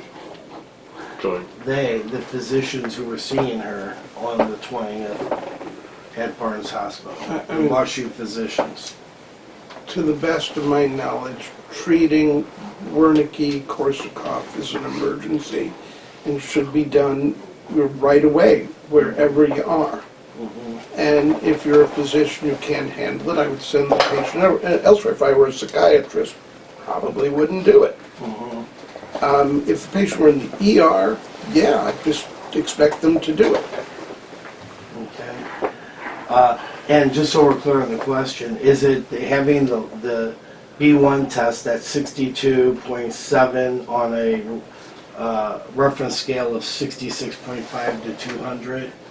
Is having that in hand in this post-gastric bypass patient with the peripheral neuropathies, weakness, and pain symptoms, is that what triggers, in your view, the standard of care to start immediately and emergently start a thiamine IV? Check his leading. Okay, if a physician is aware, either he has to do it right away or send the patient to someone who can. Okay. So if they don't want to do it in clinic, send the patient to the ER. Do you have an opinion to a reasonable degree of medical certainty whether the violation of the standard of care in failing to start the IV thiamine on December 20th directly caused damage to the patient? Objection vague.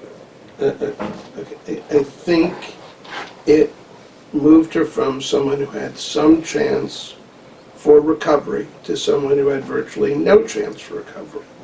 This is not a universally reversible illness, but the longer you wait, the less and less likely it is. Okay, so just to clarify,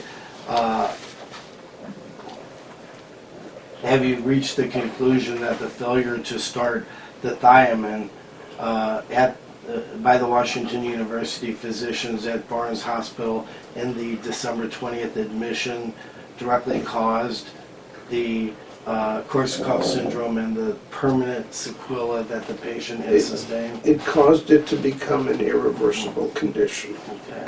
And now she has those conditions today. Correct. Okay. And she'll have those conditions till the end of her life. Unless there is miraculous brain stem cell transplant, I would say yes. I don't have any further questions at this time, Doctor. Thank you very much. Thank you. Dr. Burke, we met back in November 2015, and I had a chance to take your deposition at that time, correct? Yes. And we had to suspend it because of time commitments, correct? Yes. And as I understand it, you've never met Mr. Pedroli before today, is that right? That's correct. And before this deposition started, never spoke to him about any of your opinions in this case, is that right? Obviously, you haven't talked to him, you didn't talk to him about your opinions, correct? That is correct. All right. Did you talk to anybody representing Miss Leach about the opinions that you had in this case before today? About standard of care of any physician that treated her? I don't think so, no. Mr. Pedroli came today with a typed outline with exhibits that he methodically handed you. Are you saying that you were unaware of any questions he was going to ask or any exhibits he was going to show you before today? I'm going to object to that about the typed out outline that was used in methodically showing him exhibits. And that's argumentative, it's an improper question. To the best of my knowledge, that's the case.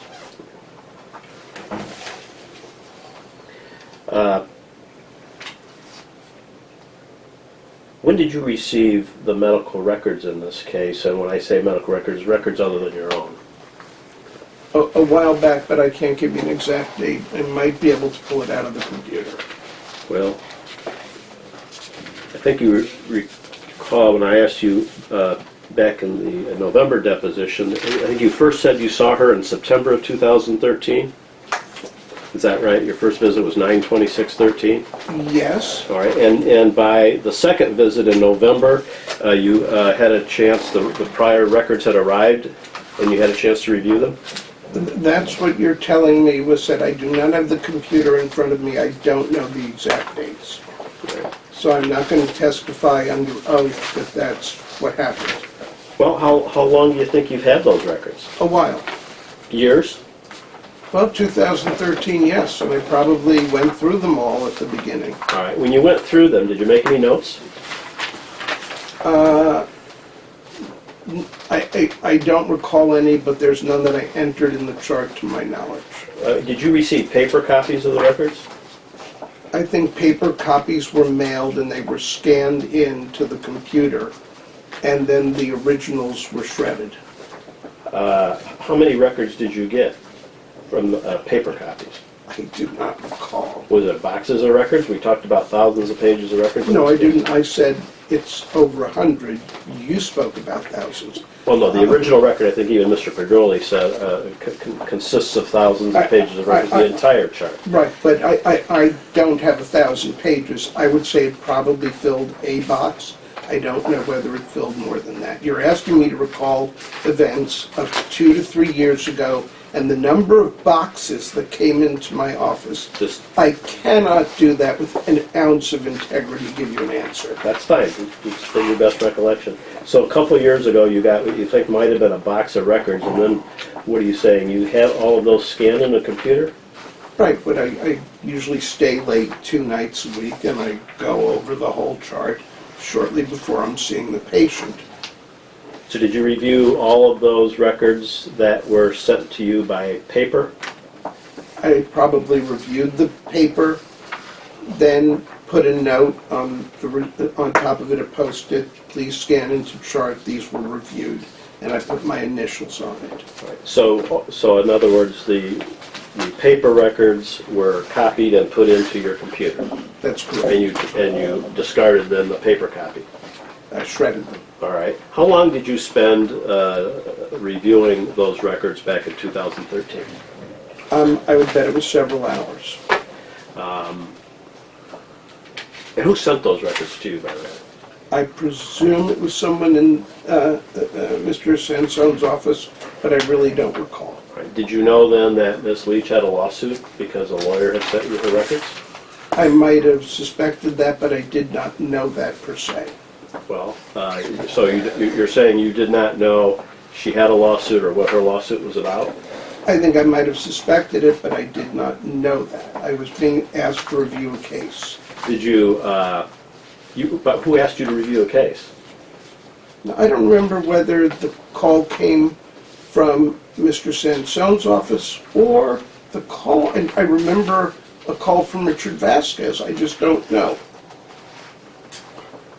You think Dr. Vasquez told you that this is a patient who's got a lawsuit pending in St. Louis?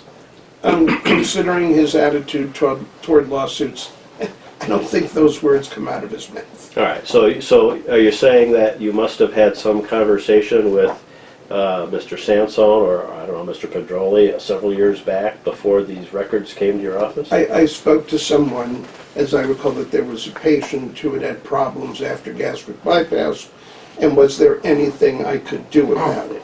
Oh, so then a lawyer contacted you direct about the patient, not Dr. Vasquez? I said, I don't know. Okay. And then that it could have, I don't remember whether it was in a legal context or in the context, was there anything medically reversible? Do you work for lawyers other than in this case? Let me object that he's working for lawyers in this case. I said other than in this case. Have you worked in medical legal cases, not counting this one, of course? We know you. Yes. How often have you worked with lawyers? Oh, probably as an expert witness or as a treating physician. Well, both. I would say I probably give 3 to 4 depositions a year. And are those in the context of both being a treating physician and an expert witness? That is correct. How many times do you think you've acted as an expert witness in a case involving medical legal questions? Let's say it would be 1 a year for the past 25 years. That's the time that you've acted as a witness? For one side or the other? That's correct. And have you received other consultations from lawyers where you didn't get to the point of giving a deposition or acting as an expert witness? I think I was including everything in that number. All right. And there's other cases where you may testify about a patient's condition, one of your patient's conditions that is involved in some kind of legal issue. That's correct. Today, in fact, last time that we had your deposition, what were your charges to me and Mr. Shoemaker for the time of your deposition? I do not know. All right. Well, if I represented you that you asked for a $3,000 retainer for 3 hours, would that be? That sounds what right it to you? would be, yes. And you asked us for an additional $3,000 today for continuing this deposition? Yes. All right. So, in other words, $1,000 an hour that you charge for your time in testimony like today? I would say that that's an exaggerated figure because in between I went over what records I had and did medical research, so it's probably half or less than that. You said you went over records and did medical research? When I'm going to testify, I have to go over the chart again. I want to make sure I have my facts straight. I will then go and look up the subject involved in several sources. So it is not $1,000 an hour. But part of the charge that you are asking, or that you did ask and are asking today for me and Mr. Shoemaker to pay, is for the time you reviewed medical records? There's a fee for reviewing, which I believe is much lower than the fee for sitting in front of you and answering questions. How much is that rate? And then I don't know either of them. I will consistently answer that I don't know either of them. Well, you consult with lawyers and you do believe your time for reviewing records is something to charge for, correct? Yes, it is. And you're telling me you don't know what that charge is? You got it. How do you not know? I don't ask. My life is as a physician. Well, does someone in this office know how much you charge for? Yes, Who knows that? my office director, Lori. All right. And Lori has some, what is it, an hourly rate? There is an hourly rate for reviewing the chart and an hourly rate for being deposed by you. And the latter is usually higher because it is less enjoyable. All right. So it sounds like the rate to me for your deposition into Mr. Shoemaker is $1,000 per hour with a 3-hour minimum. Is that For the deposition part. correct? That sounds correct. All right. And you have a different charge, you say, for reviewing records I believe so. in legal settings. I believe so. These 25 times you worked in medical legal cases for lawyers, I assume when you received records for them, you charged for your time in reviewing them, correct? That is correct. All right. How much did you charge Mr. Pedroli and Mr. Sansone in this case when you got that box of records a couple of years ago? You will have to ask my office manager. I don't know. Did you charge? The answer to that one is the same as it is for what do I charge? I don't know. So, well, I'm not asking what you charged. Did you charge? No, the answer is no. I You did don't not. know. You don't know. So, despite that you work for lawyers, you've done it for 25 years, you're saying a couple of years ago you got a box full of records and you can't tell me today whether you were engaged and charged for your time in looking over all of Mrs. Leach's records? I suspect I billed for it, but I can't tell you that I did. All right. And did you take any notes at the time you reviewed those records?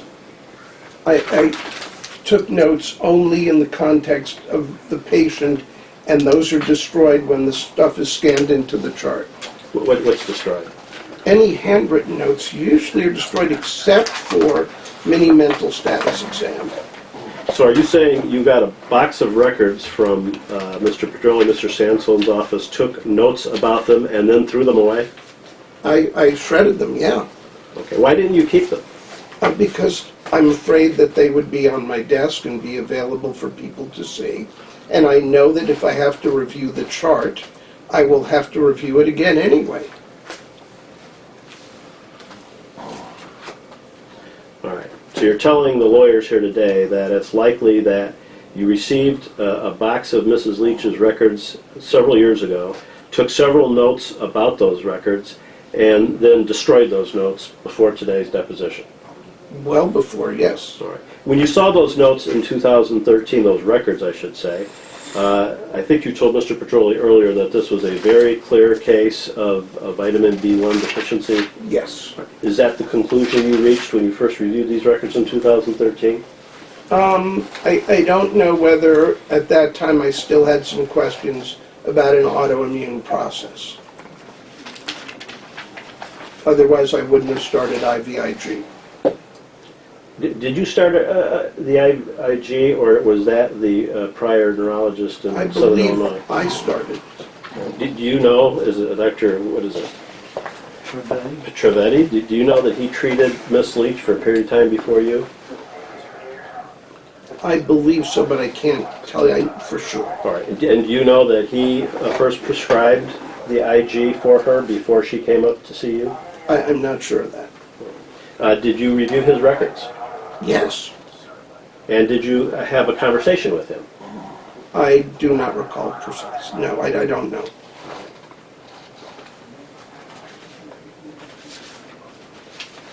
How long had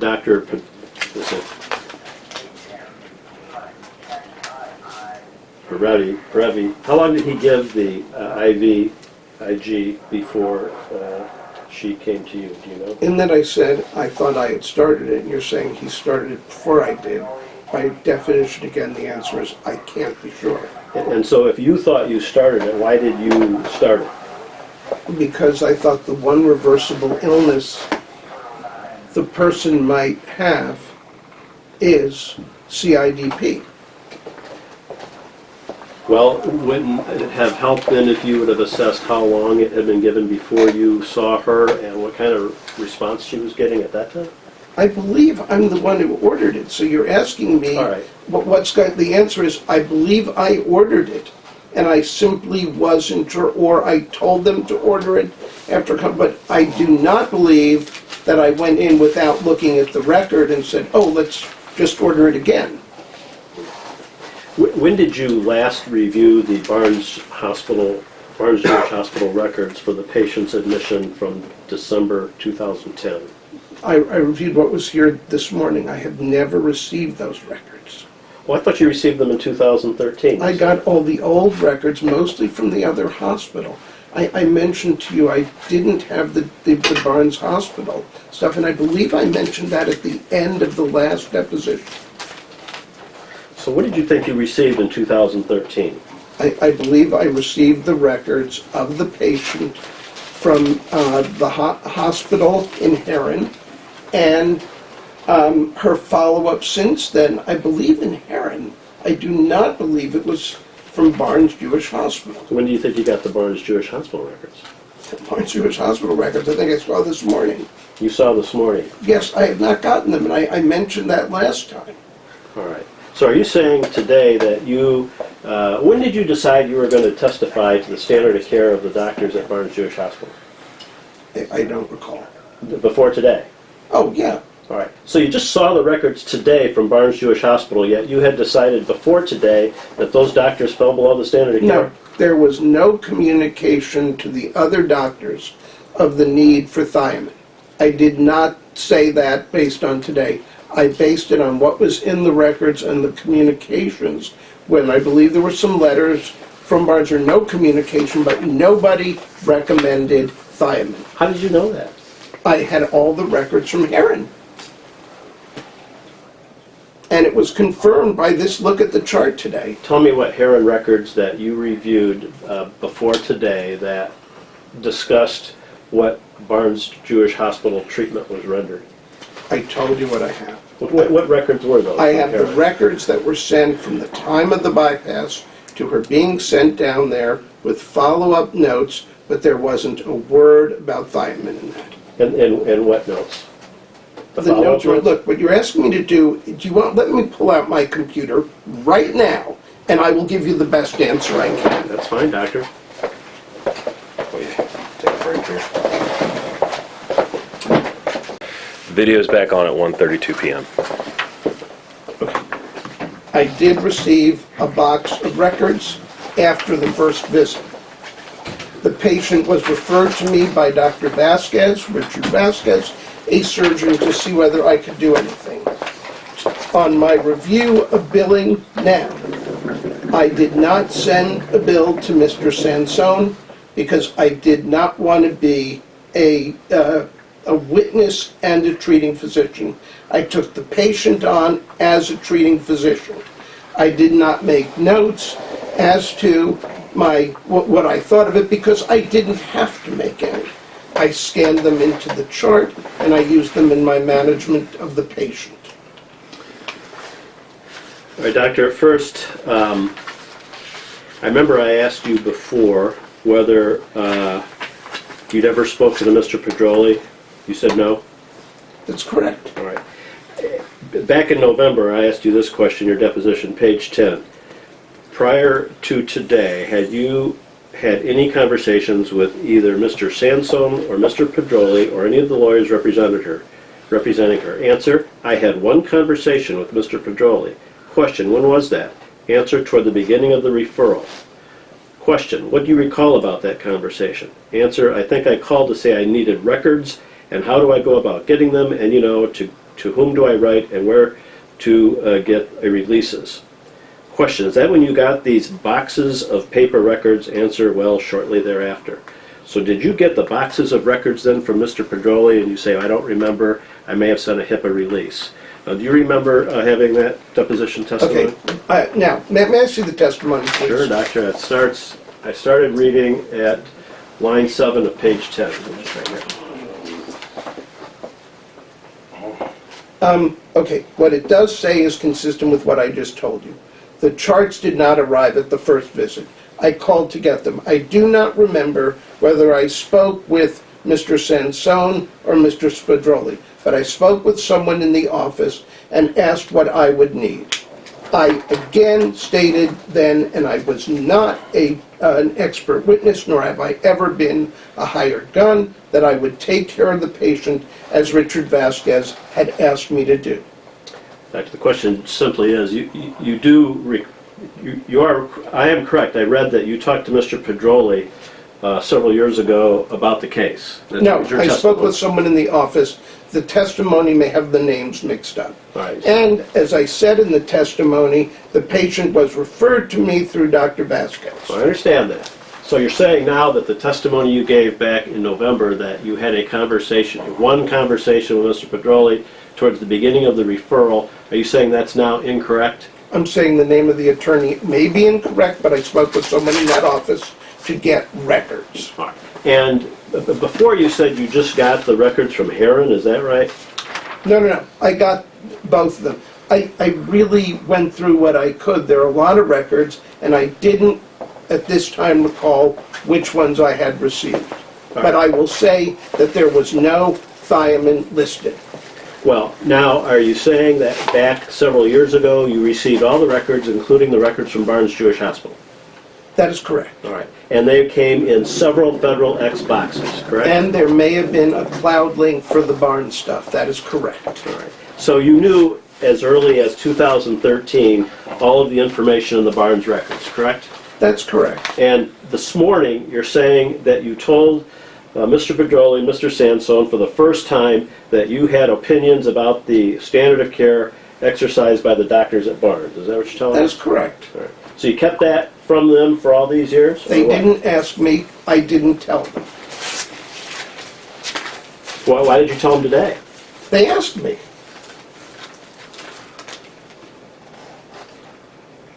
So they walked in here today, the 10 minutes before your deposition, and for the first time they asked you if you would have any opinions about the standard of care of the doctors that took care of Miss Bleach, and you said you did.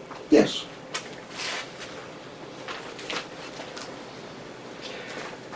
When did you reach a conclusion about that standard of care? I would say after the CIDP didn't work, but it was high on my list from the beginning. Well, I think your testimony is that if there's a thiamine level under 70, it mandates treatment with thiamine. Is that correct? That's correct. Well, if you knew that 3 years ago, what did you need to know about the CIPD? Whatever that happened, wasn't your opinion, according to you, already fixed 3 years ago about the Barnes treatment? No, I think that isn't what I said, and you're misinterpreting it.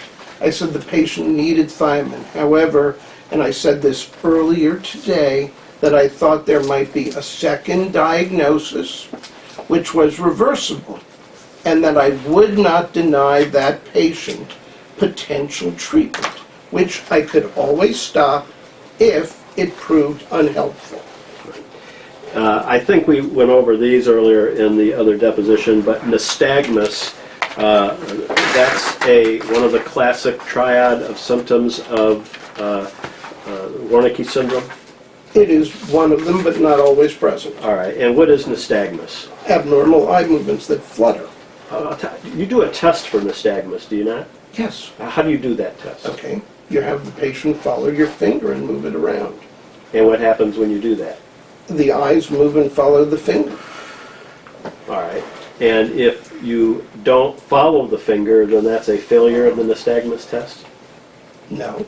All right, what That's is it? failure of eye movement. Well, if you have a test for nystagmus and it's found that you do, that means what? That the eyes cannot follow the movement of the No, no, fingers? no. What it means, nystagmus means that when the eyes are in certain positions, they flutter.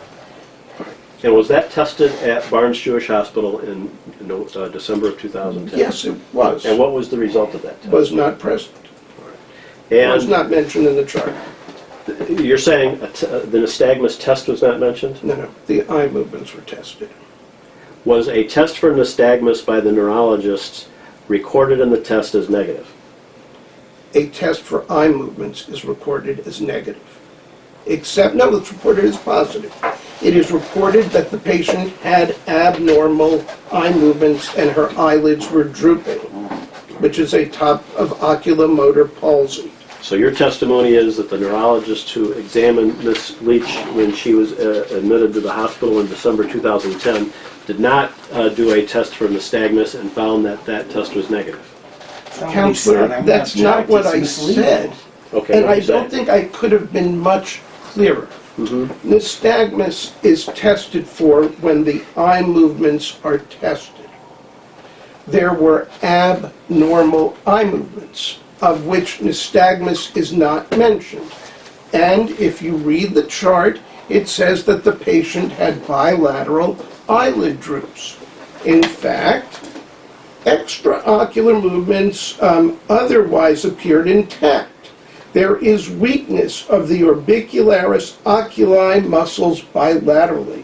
So eye movements were checked. Let me point it out for you. And I think I referred to it earlier in my testimony.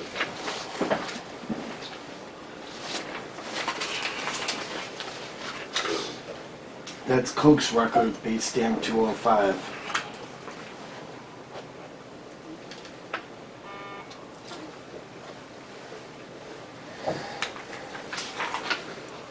Part of Exhibit 21.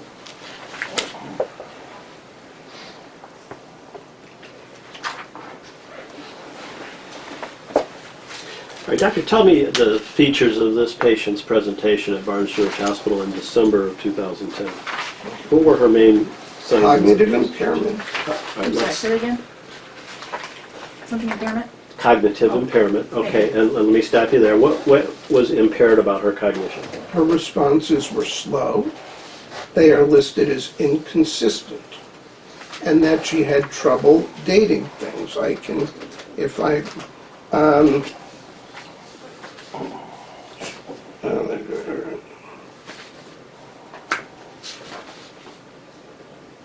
the patient is slow to respond to some questions and is frequently inconsistent with her answers. She admits to being a poor historian. How long was she a poor historian? It says that the symptoms began, according to this, with numbness and tingling 3 weeks prior.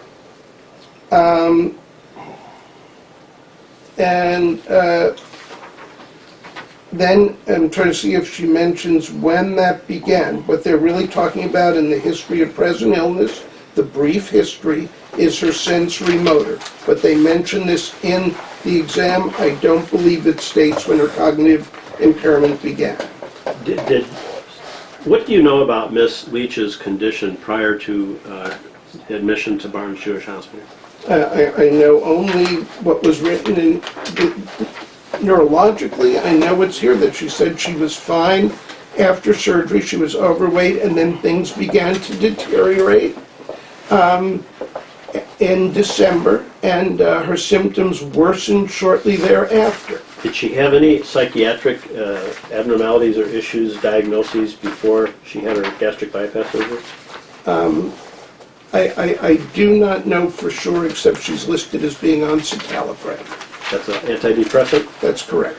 Right. Do you know if she was diagnosed with depression and then treated for depression prior to her gastric bypass? I don't recall. Do you know if she had episodes at work where she fell asleep during work? That would not surprise me in someone that overweight, And why not?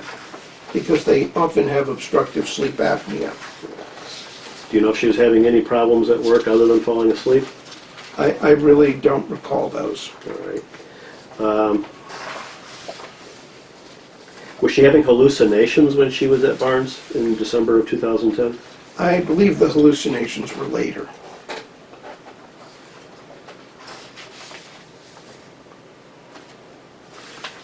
So getting to your records, in December of 13, September 26, 13, that's the first time you saw this patient, correct?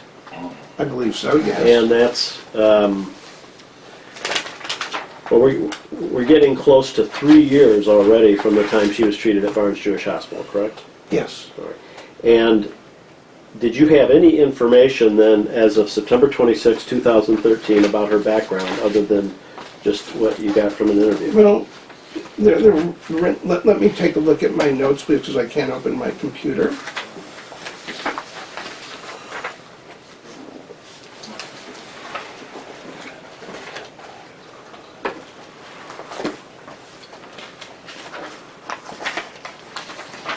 I do not see here, other than what I mentioned, that she had hypertension, gastric stricture, bronchitis, a weakness, obesity, diabetic type 2. Yes, she did have obstructive sleep apnea, which would explain her falling asleep at work, and it also mentions that she had atrial fibrillation. All right. So this is September of 13. Did you know anything then about her background other than what you just gleaned from speaking with her and getting a history? And with her family, well, yes, I do. I take quite a bit here. If you look at the chart, I have a complete social history there, and I have a complete family history there, which I would say is rather thorough. And what I was getting at, and I understand you took histories from the family, but you at this point, you don't believe you had the Barnes records from I her believe earlier they death? came with this around the time or just prior to the second visit. All right. But you knew by history that she had a diagnosis of Wernicke syndrome? Yes. And your assessment at that point, number one, which you said is primary diagnosis, is chronic inflammatory demyelinating polyneuritis, correct? But I think I explained that I had to get that listed there to get IVIG. Well, Those are the four. It's primary for a business reason. well, doctor, it's also in your record, it says primary, the assessment is chronic inflammatory demyelinating polyneuritis. That's the CIDP, correct? Yes. And that is not related to Wernicke syndrome, is it? That is half correct. This is the assessment. Now, I must put that down first to get IVIG approved, or everything will go through in non-IVIG treatable illnesses, and it will be turned down. Number two, you had idiopathic progressive polyneuropathy. What does idiopathic mean? I think I did answer that earlier. It means we don't know the cause. All right. So the first two things on your assessment, chronic inflammatory demyelinating polyneuritis and idiopathic progressive polyneuropathy, the first two items on your assessment, neither of those would be caused by Wernicke's By thiamine deficiency. By thiamine, is that correct? That's correct. All right.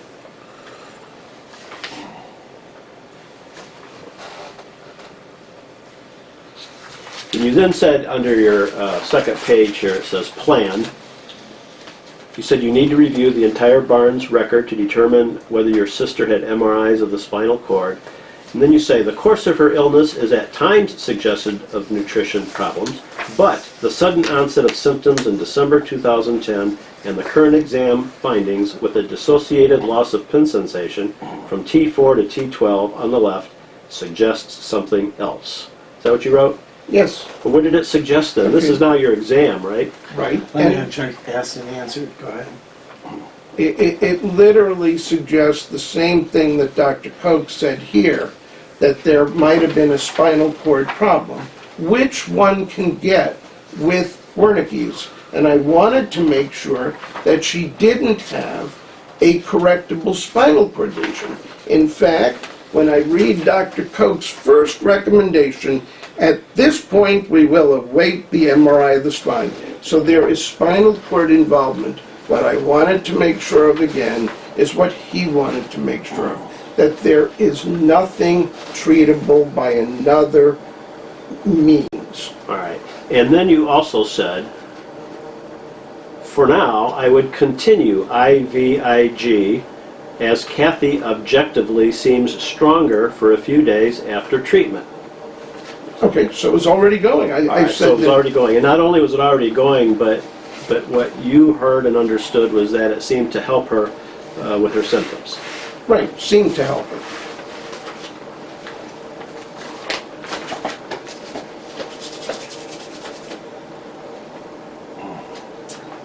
And for the record, Kathy is the sister. Is that a mistake, doctor, when you said as Kathy objectively seems stronger? Did you mean to say that was Rebecca? Rebecca, right, and I think I may have been getting the history from her sister. That's fine, okay. Now, this diagnosis, we'll call it the CIDP, that is not something that would be from the Wernicke's-Korsakoff, correct? Correct. All right. And with that kind of diagnosis, weakness can come on over weeks and months, and it's gradual and slow? Subacute, I wouldn't call it gradual and slow, but over weeks, and a month would be at the outer lying limit. Well, would you agree that the patient's presentation of weakness when she came into Barnes Hospital in December of 2010 is something that came over weeks? Weeks, yes.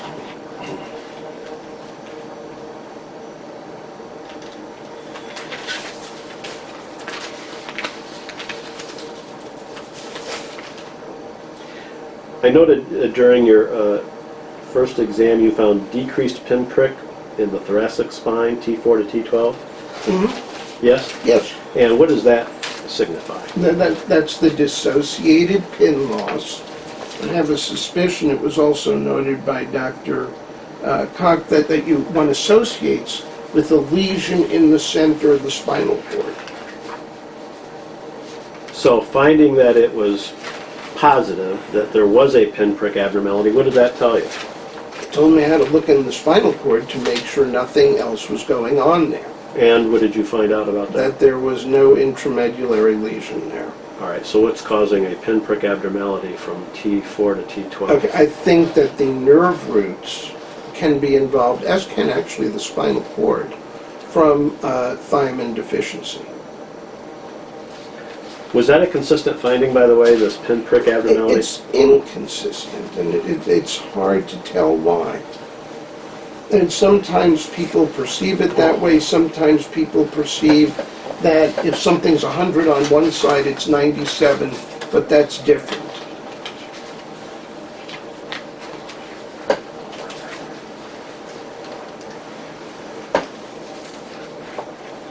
Did you think that her history and her exam, when you saw her on the first exam in September of 2013, was consistent with CIPD, or CIDP, excuse me? The physical exam, is that what you're saying? I just... Yeah, Oh, yeah, okay. that her history and exam were consistent with CIDP. I thought that was a possibility.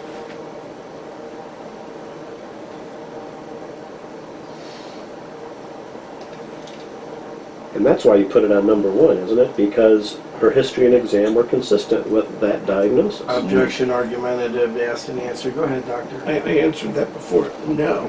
When one orders treatment with IVIG, which is thousands of dollars, the way the computer handles it is to put the first diagnosis as the reason, in which case it just bounces back and treatment isn't approved.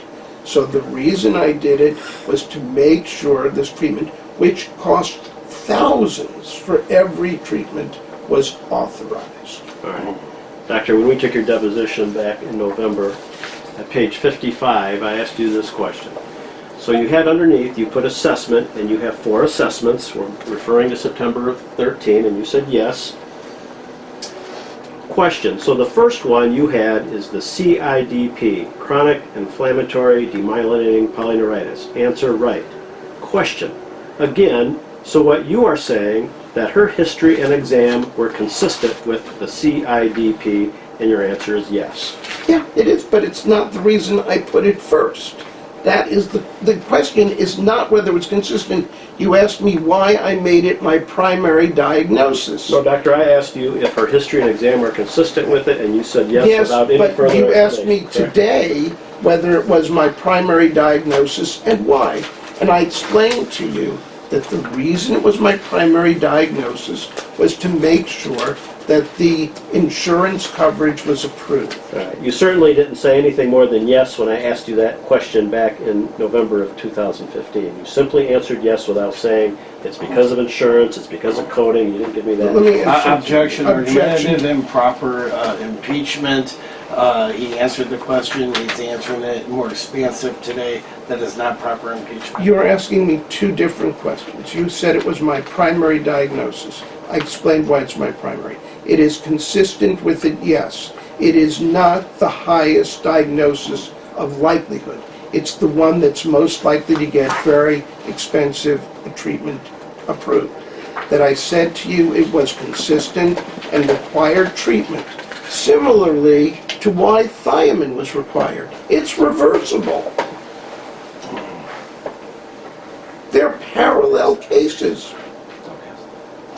Doctor, the reason you continued that's the IVIG, is because you thought it was, she was getting stronger with it, correct? I think we've been through that. Her sister thought she was getting stronger, and I couldn't overlook that, and that she's there with her. So then that's why you continued it. That's correct.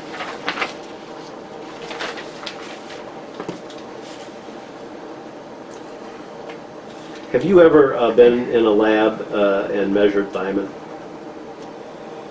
Been in a lab where it was measured? Yeah. No, I have not. How is it measured, do you know?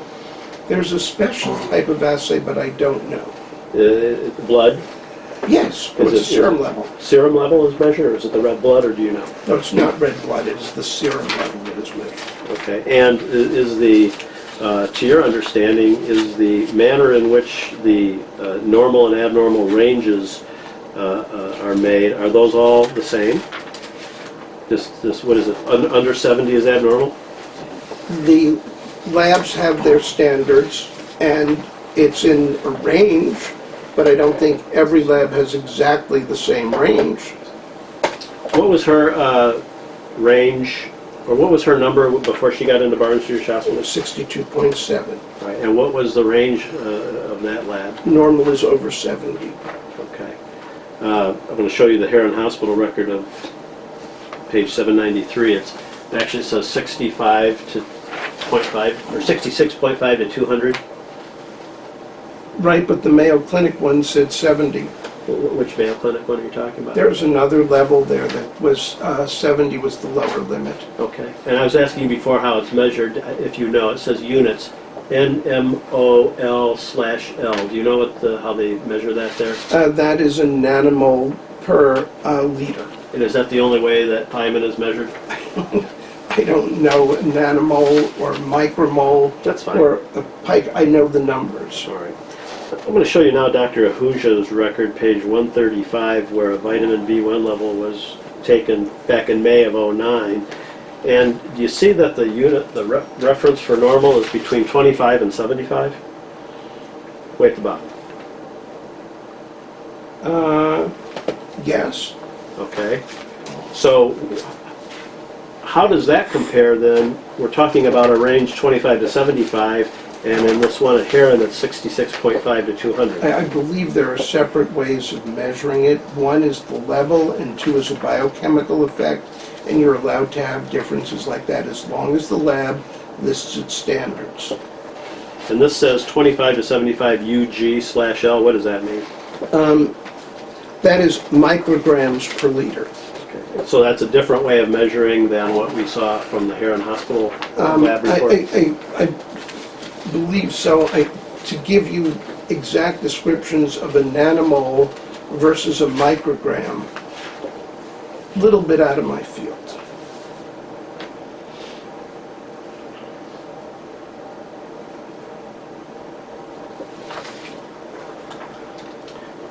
All right, you then saw her again in November of 2013, is that right?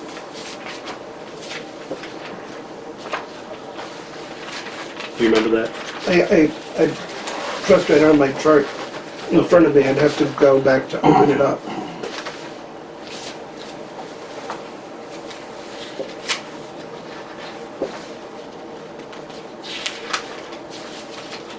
Eight, 11, 18, 13. I think that was your second visit.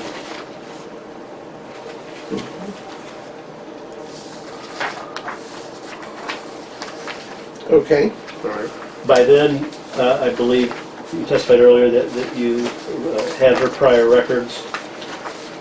I believe so, yes. All right.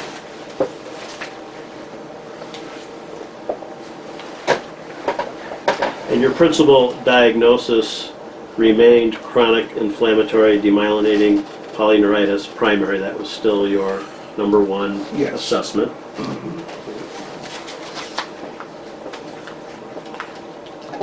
And it was your view at this time that she wasn't walking because of her diagnosis of CIDP. No. No? That she wasn't walking, and that was a possibility, but there were multiple reasons why listed there. That was, again, the one that was reversible. Okay.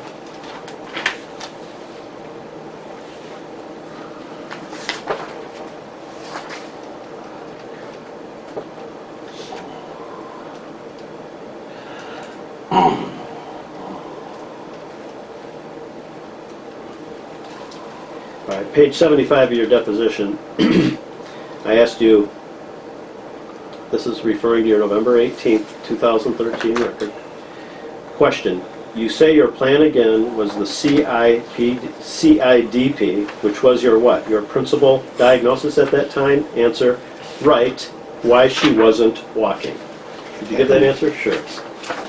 Actually boxed in there on page 75. Okay. Yeah, I would have to modify that a bit, say it's the thought of the one reversible reason she wasn't walking.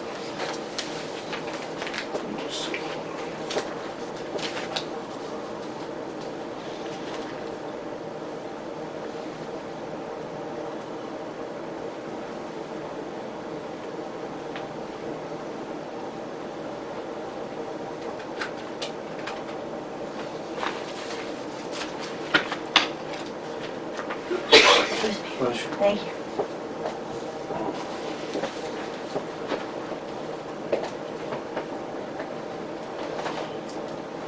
And I also note that below I stated that the nutritional supplements were critical to her walking. That I said Dr. Ahuja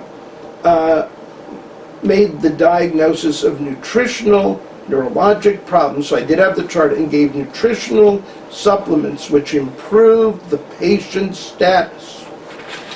Doctor, So I did say that in writing at that time. Yeah, the question I had though, and I think you've answered, is at page 75 of your deposition, when I said your plan, again, was that the CIDP, that was your principal diagnosis at that time, and you said, right, why she wasn't walking. Did I read that right? You read it right, and I would say I would have to modify that was the potentially treatable one. Strike question and answer is repetitive. And you felt then that the chronic demyelinating polyneuritis was the reason that she had leg weakness and problems walking because, well, that's what you felt were the cause of her problems. Well, go ahead and read his answer. The first is that right, doctor? Question. So even looking at the Barnes record, you still felt chronic inflammatory demyelinated polyneuritis was your principal thought at that time. Answer. I think what I was saying was the leg weakness and the walking were due to that, because that will not cause any problems with thinking. Is that right, doctor? Let me object. It's not impeachment and proper use of the deposition.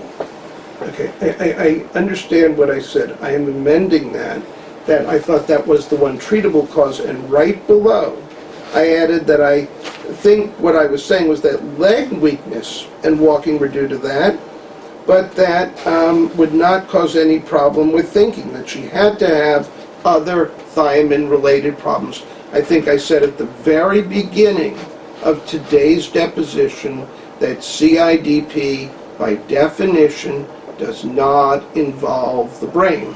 And if you look at my note, I explicitly acknowledge the improvement the patient had with nutritional supplements that included B vitamins. Did you think in November of 13, after getting the Barnes record, which would have shown you about the symptoms, the lack, you say, of thiamine being provided, did you still think that her weakness and walking were due to polyneuritis as opposed to Wernicke syndrome, anything related to thiamine? I'm going to object to this, all irrelevant material. He's seen Dr. Pestrunk's reports, and he told you that had an impact on his thought process. That's not an objection to this question. Yes, it's not relevant. You're asking him what his beliefs were before he saw additional evidence. You can answer subject to that, doctor. Okay. What I would say is I thought CIDP was a possibility. It was the one reversible one left. She had been treated with nutritional supplements appropriately, and the only thing I had to make her walking better was to treat a potential diagnosis, and that it was a relatively benign treatment, and that walking was important enough for me to try IVIG. You saw her in July of 14, I think.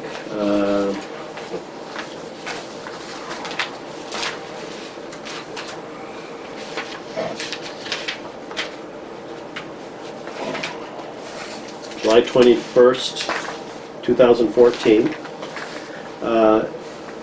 She was improved, but you couldn't explain why?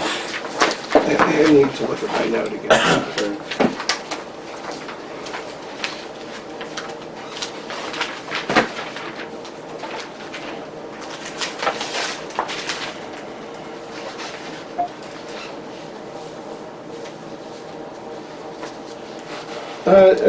That's correct. I said, let's see, I stopped the gabapentin.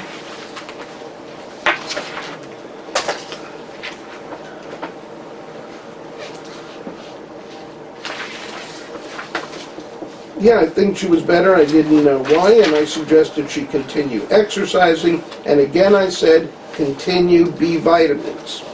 And I also thought that some of the problems could be cerebellar, which would unequivocally be nutritional. You thought her mental status exam was near normal? No, I did not. You didn't? Name 9 animals, dysarthric, and then I said, husband says she forgets everything.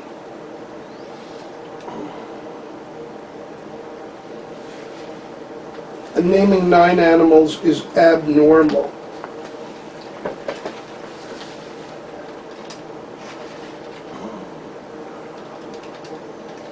All right, so you had her do a couple of tests, a memory test about naming animals. You said it was only mildly abnormal. It's one of her better exams. She had a mental status score where 10 is normal and she got a 9. That's all. No. The minimum number of animals walking on 4 legs is 10. Below that is abnormal. And I didn't know why she did so well. This was one of her better exams. Okay. So Some of it can be learning, that you just keep asking the same exam questions. So she got 9 out of 10, which is a good day for her correct? Right. All right. And then you had this mental status exam, what is it called, MMSE? Right. And she got a 29 out of 30, a mini mental status exam, a series of 30 questions covering a wide variety of cognitive problems, and she did well on that. Yes, she did. Now, if she had a permanent brain injury from Wernicke syndrome, why is it that she looks better to you on a mental status exam in July of 14 versus how she'd been before? Because that's the way people fluctuate on many mental status exams. They'll fluctuate 3 to 4, 5 points. It's not unusual. She also had an abnormal pin sensation that day on July 21. Less pin in right arm, but not in legs. And you couldn't explain that neurologic abnormality, could you? That's correct. But as I said, pin sensation is something that is subjectively perceived, and sometimes we can't explain those things. Is it true that she was showing modest improvement with the IVIG that she was getting from the time span of 2011 to 2014? Actually, there was improvement during that time, but I don't know why. Well, why would there be improvement if she didn't have this demyelinating disorder and her problems were caused only by the Wernicke syndrome? Because she may have been getting physical therapy and exercising more diligently. Didn't you attribute the improvement to the fact that she was on the IVIG during those 3 years from 2011 to 2014? I think I'm really hedging in all my notes, and I think that I said that her neuropathy and her inability to walk come from cerebellar problems, and cerebellum is not part of the peripheral nerve system. The cerebellum is part of the brain.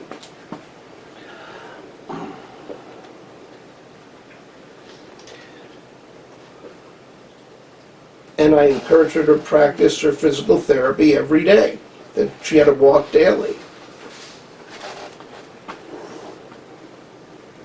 The IVIG, if her problem was secondary to Wernicke's only, that would not help it at all, would it? Objection asked and answered. It would not help it. All right. So if we see modest improvement, and if she doesn't have IVIG, you're saying that modest improvement must be for some reason other than IVIG, is that what you're saying? I'm saying I'm not sure, but at the time here I thought it was due to cerebellar dysfunction from malnutrition and neuropathy, of which I didn't say what kind, and she may have been in therapy and exercising.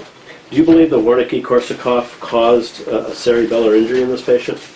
I believe there is a nutritional cerebellar injury from thiamine deficiency. It was really not part of the original triad that Wernicke and Korsakoff described. So is it true that Wernicke-Korsakoff is not something that causes a cerebellar injury? No. Let's Go ahead.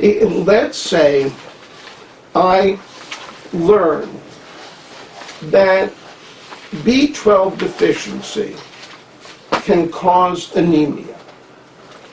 But initially, as a neurologist, I wrote only about B12 deficiency as involving peripheral nerves, spinal cord, and brain. And you later discover that it also involves red blood cells. But Burke's triad is going to be of the central nervous system because I defined it that way. But B12, even before you discovered that it had something to do with red cell synthesis, still had something to do with red cell synthesis. It's just that you added something, but it was not part of what Burke originally published. All right, so does this patient, Ms. Leach, have a cerebellar injury caused by Korsakoff syndrome? Caused by thiamine deficiency. Korsakoff syndrome Korsakoff didn't describe the cerebellar involvement. All right, so so you're saying that the lack of thiamine in this patient caused cerebellar injury. Yes. And then at page 47, I asked you, I said, well, going back to the Korsakoff or the Wernicke-Korsakoff, does that cause cerebellar injury? You answered no, in and of itself, but alcohol frequently does. Remember back to that statement? You asked me about cerebellar injury, and I think the reason Korsakoff missed it was he was mistaking it, or Wernicke missed it, for purely alcohol-related and never included it in his definition of the effects of thiamine deficiency. All right, so when I asked you that question, you were just going back to how Korsakoff defined it? Because I said, going back to Korsakoff or the Wernicke-Korsakoff syndrome, does that cause cerebellar injury? You said, not in and of itself, but alcohol frequently does. The definition So that's- in and of itself did not include cerebellar injury. Well, that's the definition from What page you on? I'm on page 47, 48. The definition from Wernicke, that came back in what year did he diagnose That was this? 19th century. 19th century. The question I asked you was in the present tense, wasn't it? I said, does it cause cerebellar injury? And you said, no, in of itself, but alcohol Right, does. but I'm saying that thiamine deficiency does, but the syndrome that Korsakoff and Wernicke described did not include the cerebellum. Okay, well, his syndrome is thiamine deficiency, is it not? That's what he meant to describe. Let me just object to the question, and it's improper impeachment. The question states, well, going back to the Korsakoff or Wernicke-Korsakoff, does that cause cerebellar injury? The question is very unclear whether you were talking about going back to what Korsakoff and Wernicke or Korsakoff described as their syndrome. That does not, and the doctor's explaining, but B1 does. And I don't think this question is proper impeachment. Go ahead. I mean, what it involved was following people to autopsy and slicing the brains into hundreds of pieces, and that one part would be overlooked is not surprising.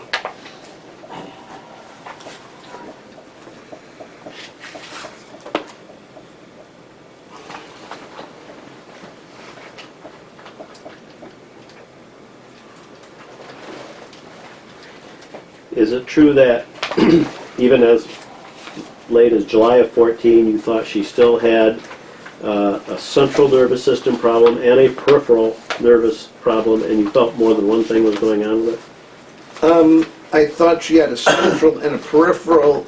She thought she had central and peripheral problems, and I hoped more than one thing was going wrong with her. Well, I didn't ask about hope. You thought more than one thing was going on with her as late as July of 2014, did you not? I can't give you the exact date, but that would sound about right. I'd have to look at my notes again. All right. Oh, okay. Yeah, and then, yes, so then, may I just look at my next visit? Well, Doctor, I'll ask the questions. You could. I need didn't your ask a notes. question. I'd like to look at my chart, that's all.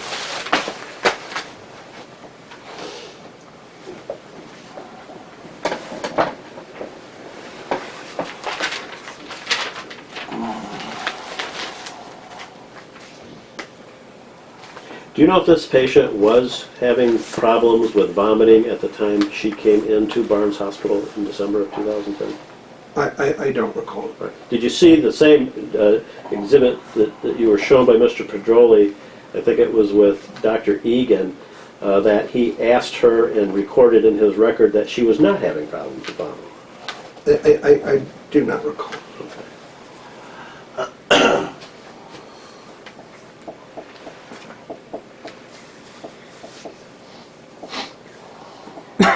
Is it true that this patient had a tremor and that it got better, and then after the IVIG was stopped, it got worse?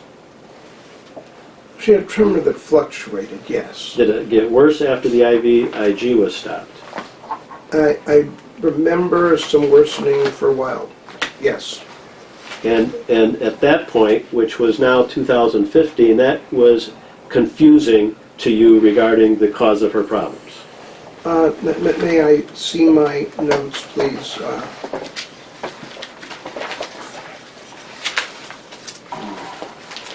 Doctor, is this testimony correct? That page 108? Doctor's entitled to see his notes. What date No, are we talking about? I'm asking, I asked a question, he said he does not, is it accurate that you don't remember being confused in January of 15 as to I'm not why her correct. symptoms were changing after the IVIG? Doctor, do you want to get your notes up? I think you're. I can't do it here. I have to go next door, print them, and I can bring them back. What date you want to look at? July 2014? No, January 15 was the question. Okay, about January 15. Okay. There's a quote in it, and as soon as you get it, I'll quote you the part I'm looking at.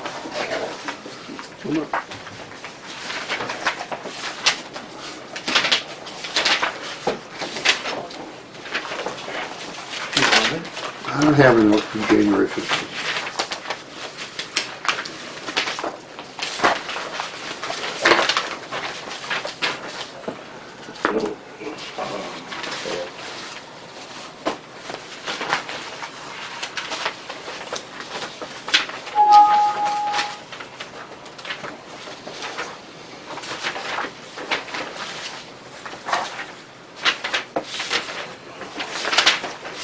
I don't, Do you have January Doctor, 15th? I don't believe there is a January 15. I don't have it. Here are the dates I have for you. I have September, well, let's go to 15. I've got an April of 15, I've got August of 15, and September of 15. Before that, I've got October of 14 or July of 14.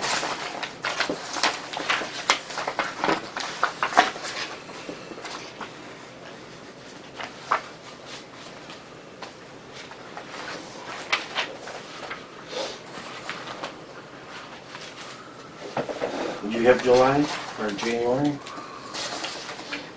He's referring to that. On the telephone record. It's in his history.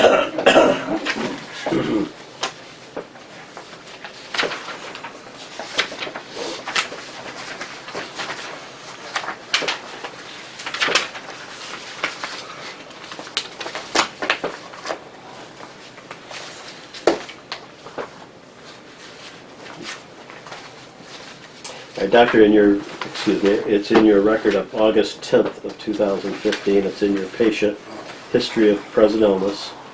And I want you to go the last 3 lines there. And it says, patient more shaky lately and cannot hold a pen. Problems feeding herself. Tremor began with neuropathy in 2010.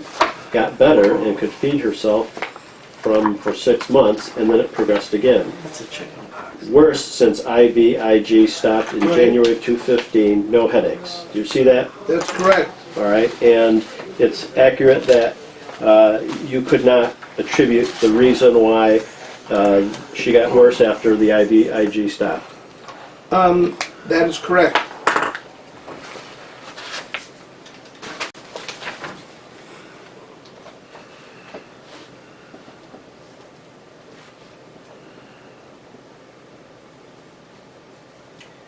You then sent her into the hospital in, when was that, December of 14?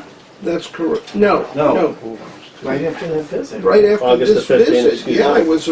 she was on Coumadin. I was concerned about a separate complication. Why was she on Coumadin, by the way? She has atrial fibrillation. And that's not related, what's that related to? It's a cardiac arrhythmia. It's a totally separate system. All right. And when she went into the hospital, were you the attending physician then? No, it's a pure hospitalist service. Did you manage her condition when she was in the hospital? I stop by and speak with the staff, but the orders are written through the hospitalist, but I confer with them and they confer with me. Well, didn't she have a neurologist that was treating her in the hospital? Yes, she has a hospitalist there, that's correct. Not a hospitalist, a neurologist. Was she being assessed for her neurologic abnormalities when she was in the hospital at Yes, she Northwestern was Hospital? admitted to the hospitalist neurology service. And what did they conclude about the nature of her complaints? At first, they thought it was due to her shingles. They found a lesion on the ear, and they thought it might be a post-infectious shingles complication, because that's the part of the nervous system where shingles can invade the brain. And then they weren't sure whether it could have been anxiety-related or a combination of discomfort from shingles and something else, but they were not sure. They thought perhaps part of her problem was functional, meaning... Yes, All right, what does that mean? that it had an emotional component. They said that she had an inconsistent character and abnormal movements at different points of the exam, which suggests a psychogenic component. Yes.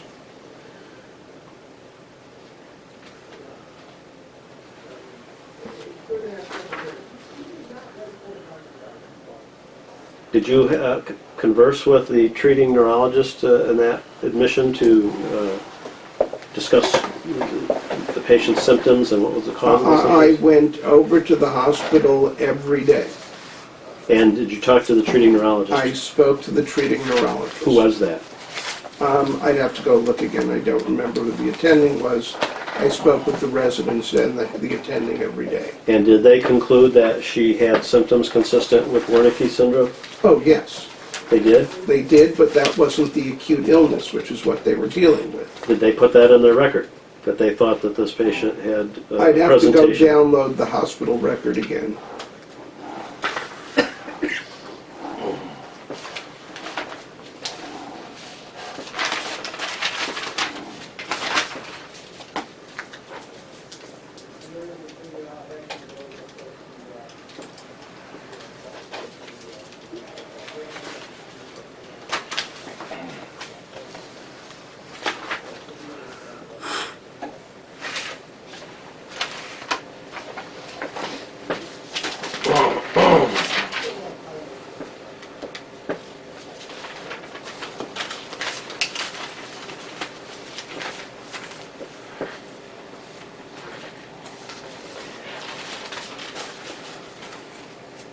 Her level of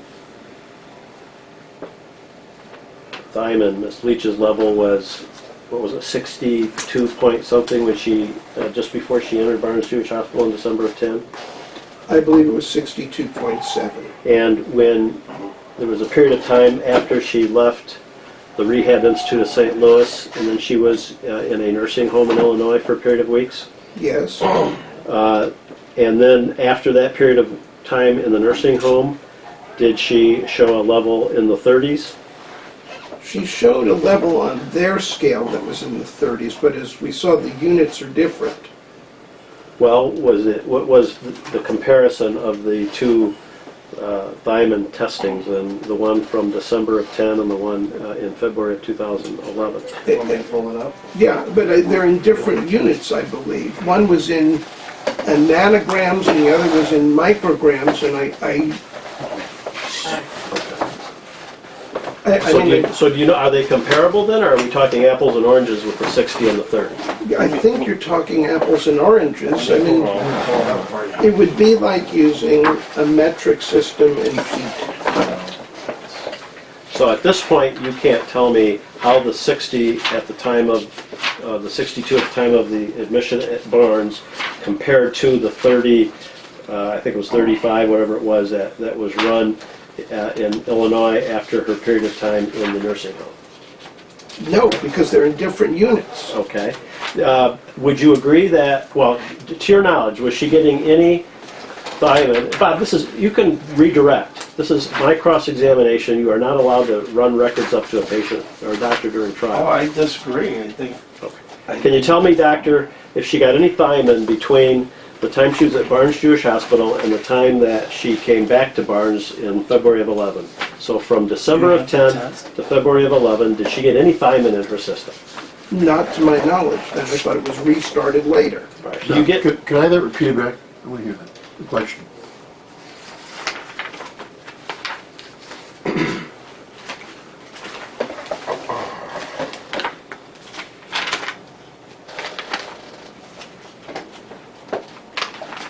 Forget it, I'm sorry.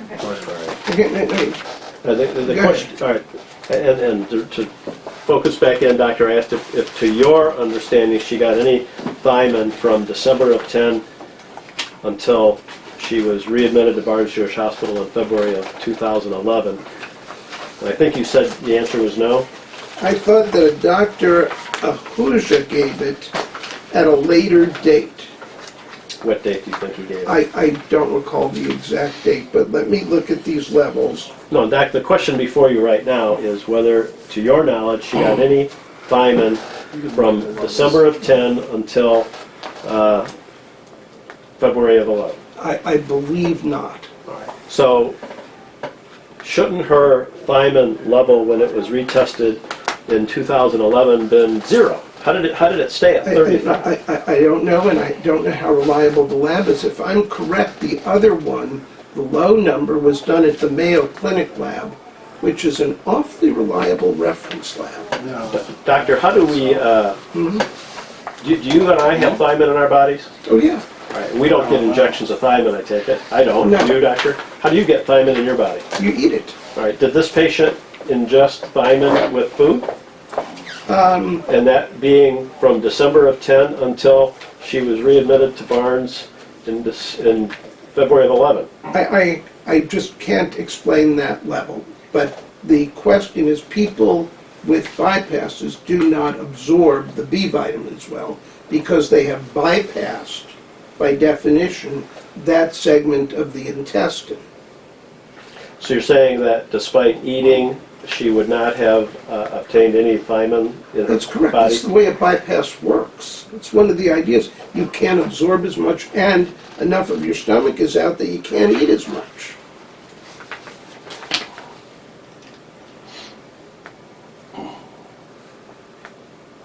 Can you tell me what studies you've done or research you've done of the way that vitamins in general are altered, at least their ingestion into the body are altered by a bypass surgery? They're not altered by their ingestion. They are altered by virtue of their absorption. All right. Now, some of them, and remember it's a gastric bypass, require to absorb the synthesis of internal factors to be absorbed. Indeed, one of them is called intrinsic factor. It's made for certain B vitamins to be absorbed. Without it, the absorption falls enormously. I mean, 1,000-fold. Others require certain portions of the small bowel, which are also bypassed. And so the absorption is not as good. They're also not extracted as well because acid production usually goes down and the B vitamins are not as easily extracted from foods that way. So you're saying that in a bypass patient like Miss Leach, she would be, unable to, what's the word we want to use? Absorb thiamine? They absorb it poorly and require supplements, yes. The supplements for virtually all patients is a pill, correct? That's right. And how would it be different if I'm absorbing thiamine from something I eat versus something I swallow in a pill form? I can give you exact numbers on B12. Orally, most of the people at this table need 12 micrograms of B12 a day to maintain a healthy level. A person with a gastric bypass requires 10,000 international units a day. That's a big difference. For the other B vitamins, it's small, but you're giving enormous supplemental doses.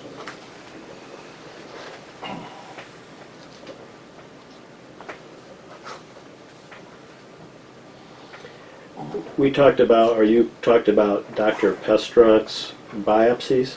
Yes. Okay. Is it accurate that one of the findings in his report is that he found no subperineural edema. That is correct. And when you find, when there's an absence of subperineural edema, that is not typical with a diagnosis of Wernicke's encephalopathy, is it? Objection. I'll go ahead and answer.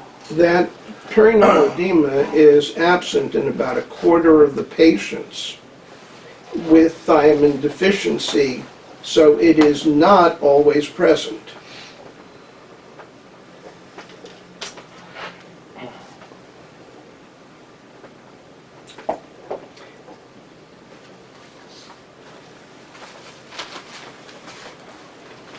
And he also found no fascicular involvement of the nerves. Yes, He found no atrophy of the muscles. yes, And in general, the biopsy that the findings in the biopsy that Dr. Pestronk found on a whole were not consistent with what you would expect to see with a thiamine deficiency, correct? I disagree. He said it was non-diagnostic. No, I'm asking you. No, I don't think it's consistent, or it's a non-diagnostic biopsy.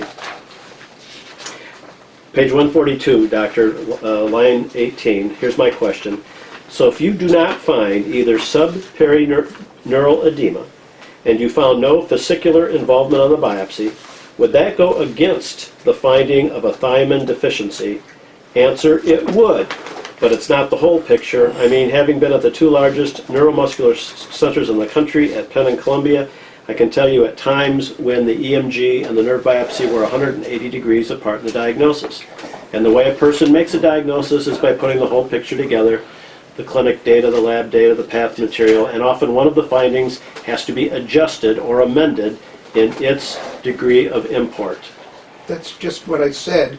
And Dr. Pestronk literally says the same thing. He is saying he can't make a diagnosis. That it's a non-diagnostic biopsy. Doctor, you do agree, though, that the absence of a finding of subperineural edema, no fascicular involvement, no finding of atrophy, those go against the finding of a thiamine deficiency. And I understand you got to look at a lot of other things, but they go against it. No, I'm saying they're less likely, but not universally present. They're not diagnostic, and he himself, who signed it, said that it is a non-diagnostic study.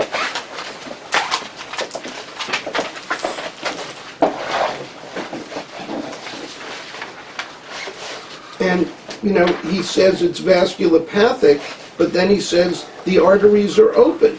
What page are we looking at so we can figure out later? Is there a page number? Does 142 and 143 mean anything? Thank you. I don't know.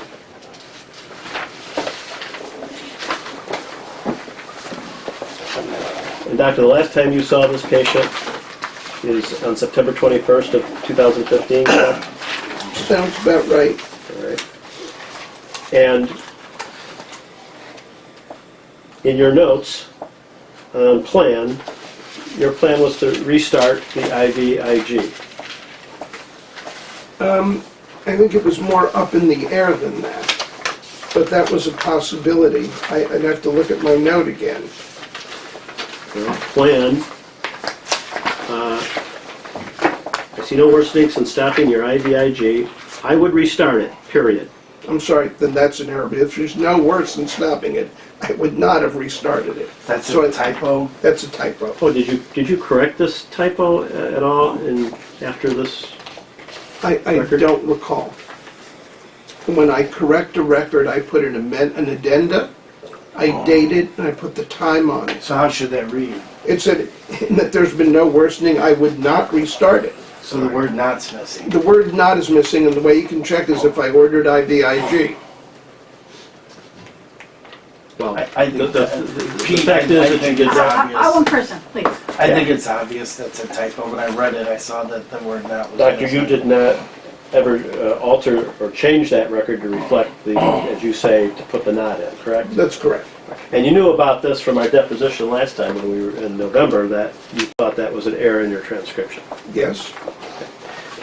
In fact, are you aware that, is it Ms. Klosterman, the life care planner, recorded that you did reorder it in her summary of her records? No, I didn't know that, but I will clarify.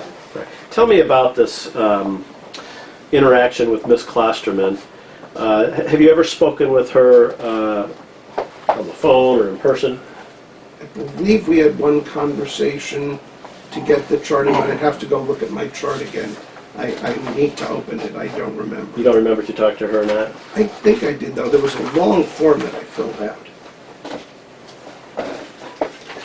Well, it's January 22nd, today, 2016. You signed this form January 11th. That's 11 days ago. You're not remembering if you spoke with Ms. Klosterman or not? I really don't. I've been out of town for a week. Okay, that's fine. And you received her report, and then you were asked on the first page to say you agreed with it or not. You had your choices there, correct? Mm-hmm. Is that right? Yes. Right. And tell me what you did then.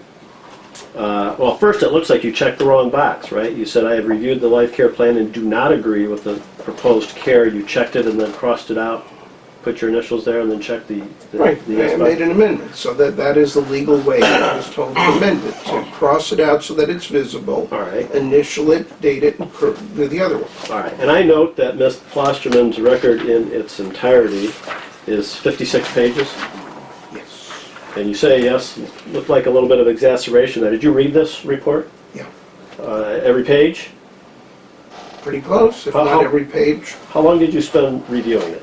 A lot of time. What's a lot of I time? mean, I would spend an hour on that. You spent an hour reading the 56 pages? Pretty close, yes. Put it mildly, today is my paperwork afternoon. I will go home tomorrow morning. So you think you spent an hour reviewing this? I can't, I don't put a stopwatch Let on me it. object. You Did just you- asked me. You want to ask him again? Did you charge for your time? This Actually, hour? on this, no, I don't. Okay. It's part of the legal case, you understand, right?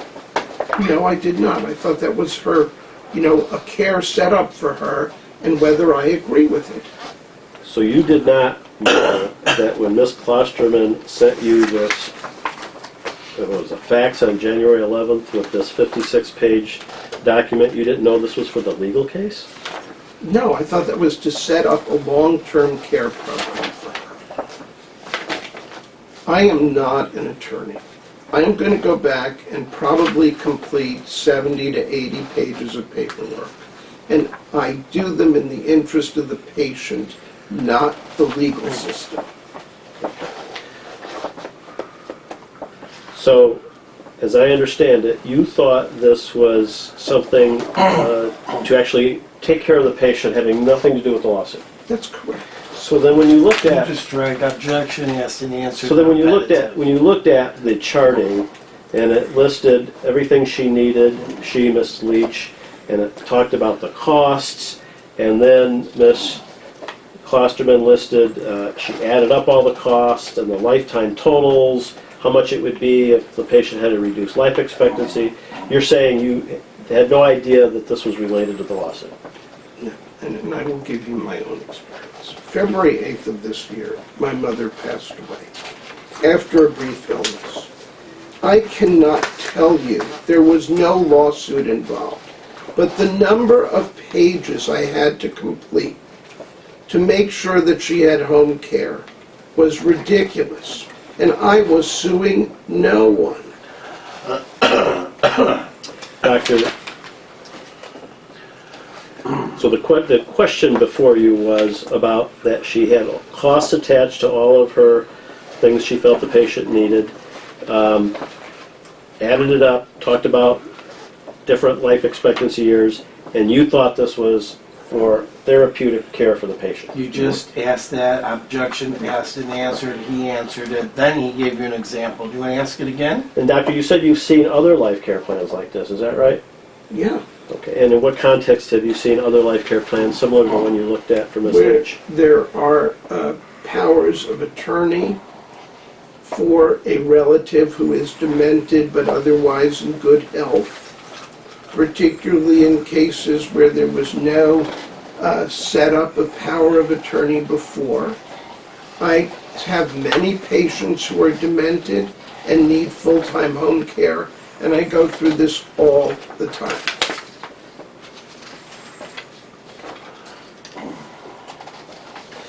Right, and in this case, you received this document on January 11th, about 4 o'clock in the afternoon? Really don't. Well, I'm looking at her facts on the front page. That's when it came to the office. All right, and I mean, I left 2 days later to the neuroimaging meetings. I I'm know just that asking, patients, Doctor. see, I don't know when it came in. If that's when it's stamped, I would trust you as being honest. all right, and you signed it the same day? Possibly, yeah. Well, it says 1/11/16. Well, then I signed it the same day. I signed, tell you what, I signed it January 11th. So if I understand, you received this document from Ms. Klosterman about 4 o'clock in the afternoon on January 11th, and reviewed, you said very carefully, the 56-page document and signed it that day on January 11th. Objection mischaracterized as testimony and repetitive, subject to You know, naked answer. The volume of paperwork I do is so ridiculous that to go through every detail, I can't do it. It's just, I look through everything. I have a stack of papers to read now, and I'm doing the best I can with them. Do I miss things? Yeah. Do I spend a lot of time here? Yes. This question was simple, Doctor. You said, I thought originally, that you spent a lot of time and you Yeah, I reviewed this did. document carefully. All right.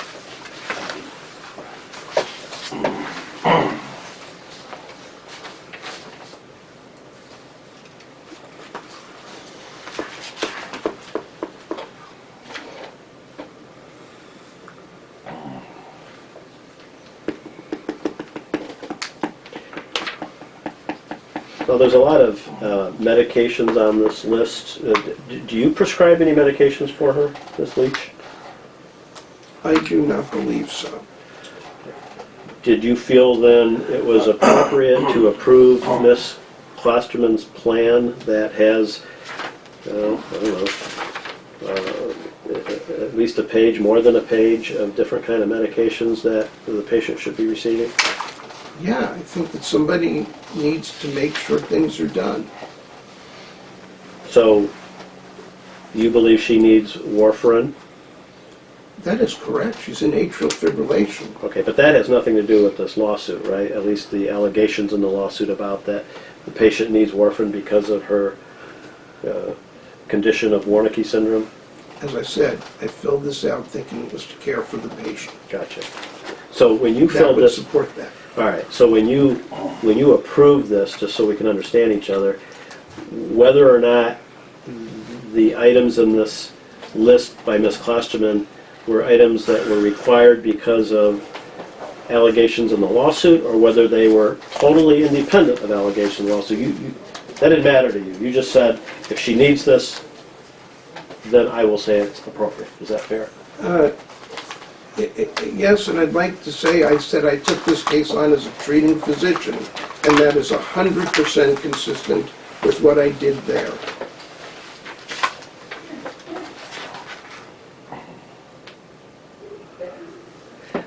Now, you consider yourself her treating neurologist? Yes. Okay. Tell me, in Miss Leach's, when she's home, what is, how is it handled at home? Does she have a caretaker? Is she left home alone?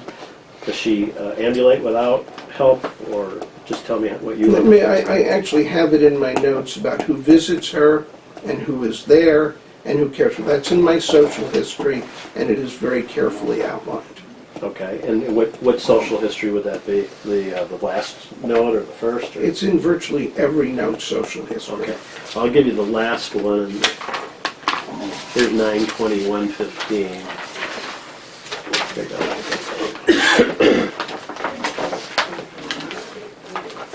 It says, lives with spouse and son of 16, daytime companion, dog visits daily with father-in-law, has set up power of attorney with husband. Sid stays with patient 6 hours a day if spouse at work. Daughter lives 34, lives in Marion, Illinois.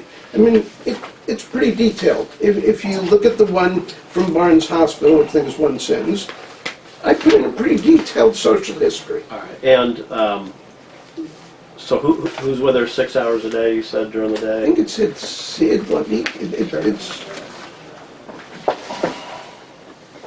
Sid stays with her 6 hours a day. Okay. Sid, is that the name of person, perhaps? Is that I believe it says, yes, because there's a daytime companion. Okay. And you know what the companion does for Miss Leach when she's there 6 hours a day? I do not, I think I can have some idea, but I don't know explicitly.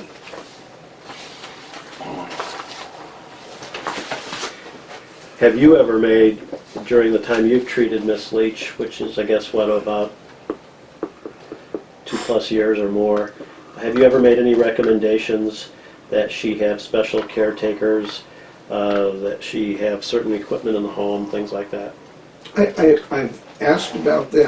I give handouts to every one of my patients from the NIH about home safety devices that I want them to have. And you think you did that for Miss Leach? I have done it for just about every senior disabled patient I've had.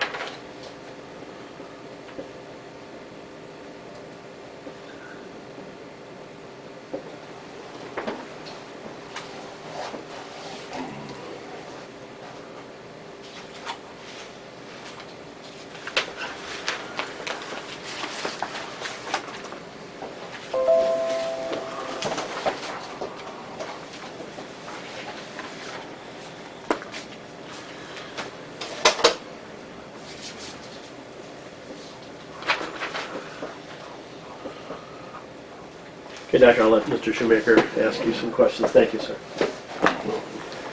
God, finally.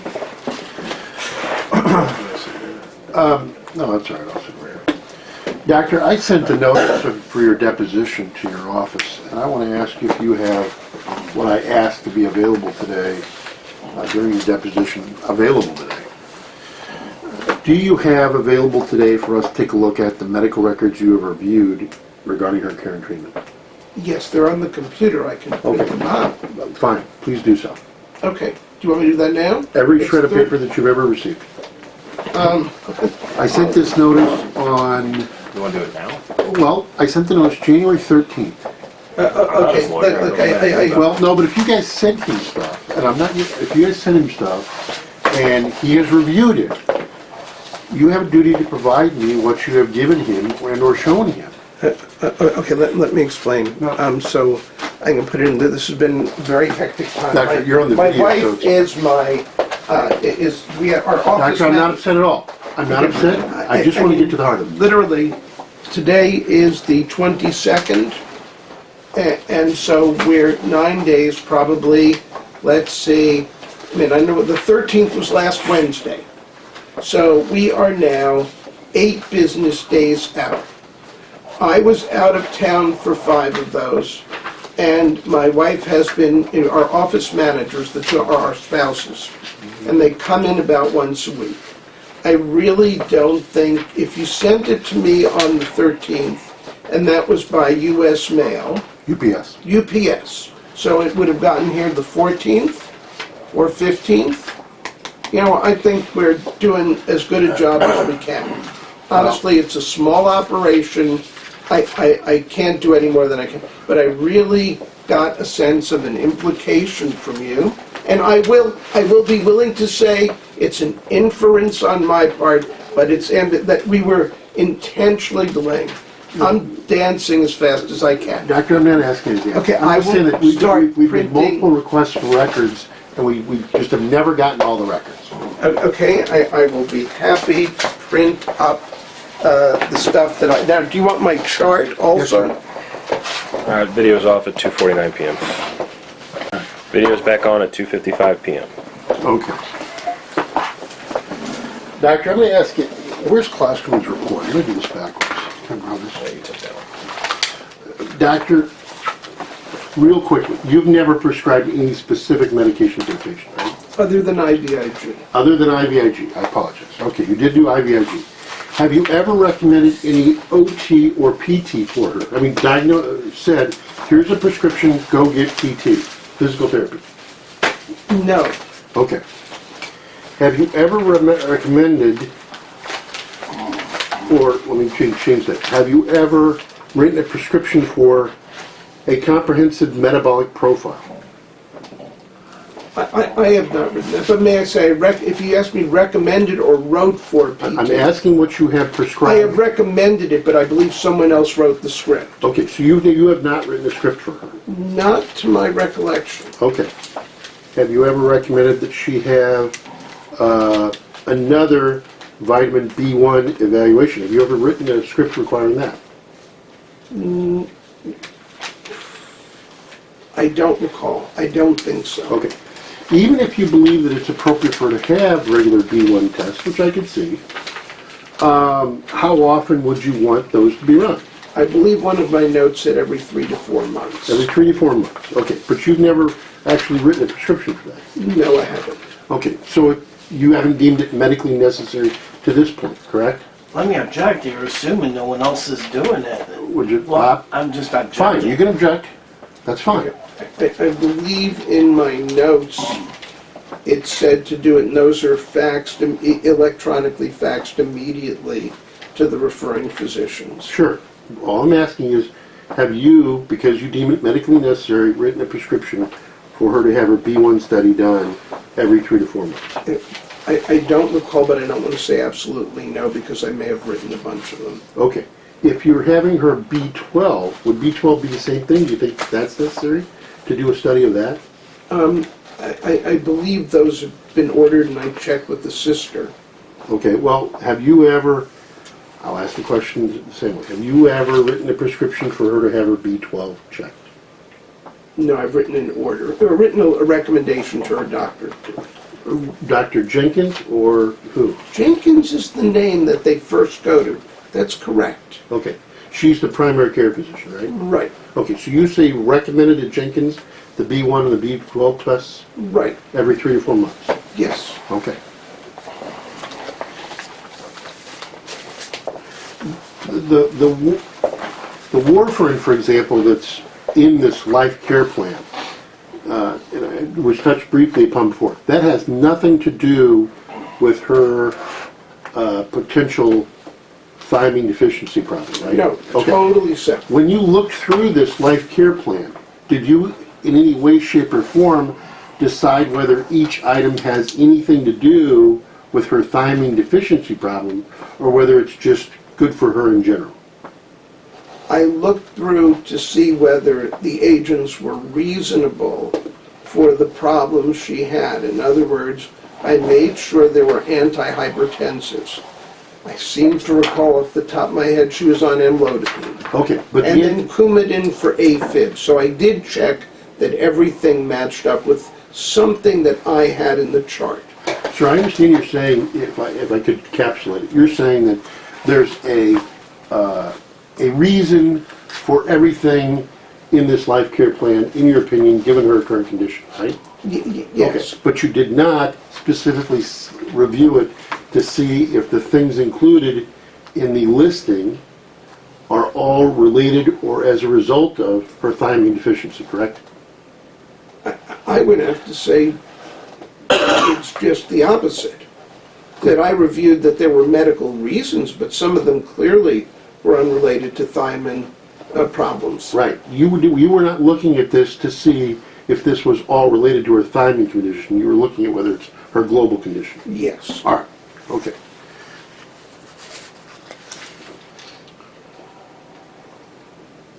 Have you ever recommended, and I'm sorry, not recommended, I'm stop saying that.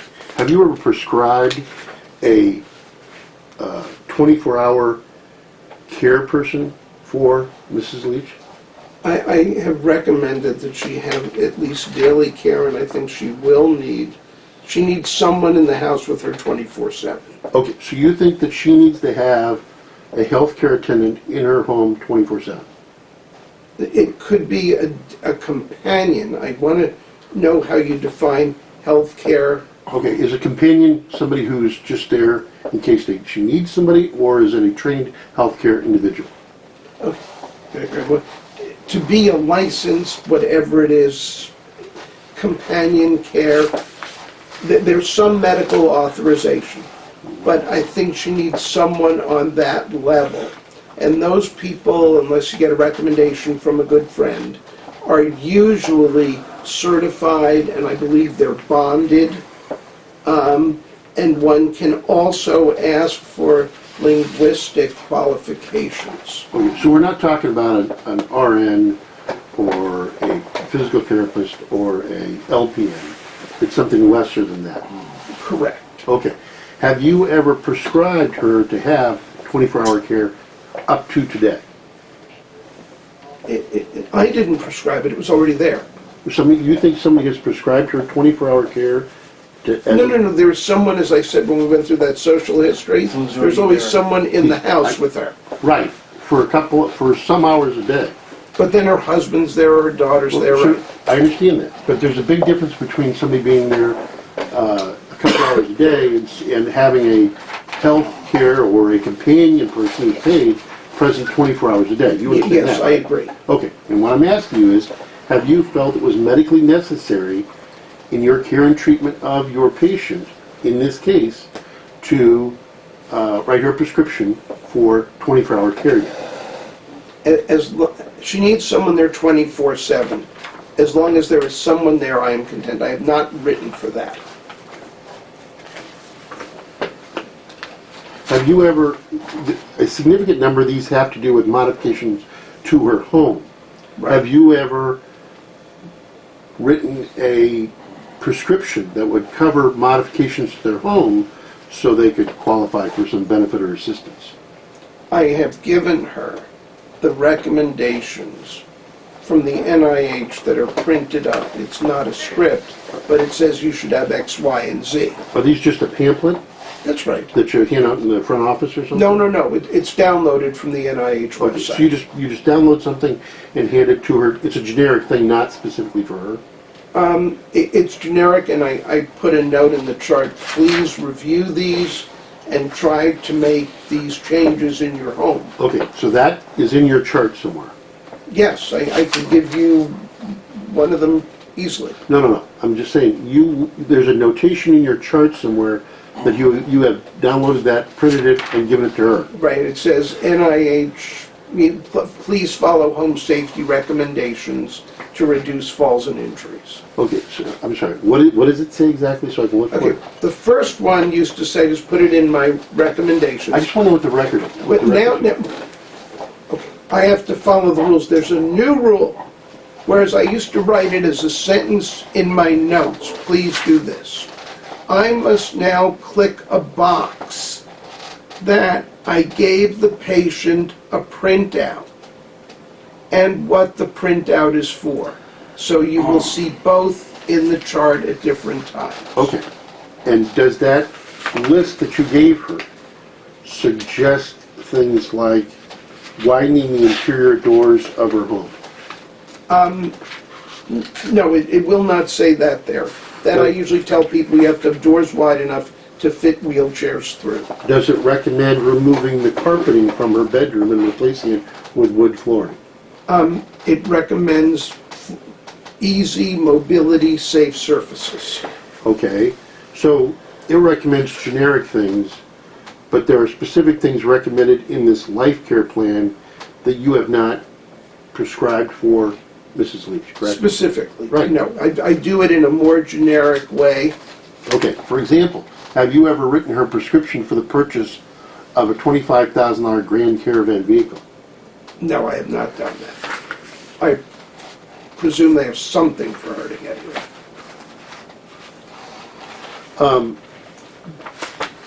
After you reviewed the life care plan, did you make any changes at all or any recommendations for changes?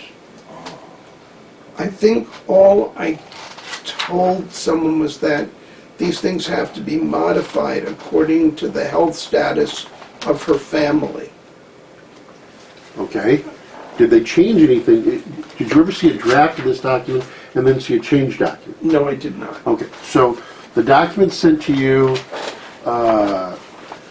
and you sign off on it, and just so I'm clear, you've made no amendments or alterations to the core document. Okay, let me make one amendment. That the 13th I left for the neuroimaging meetings.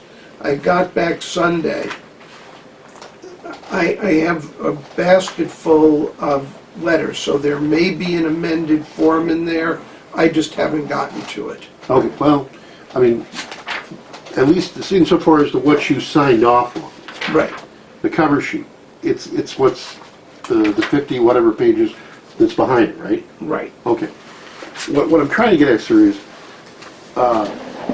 did you fill out anything before this was created?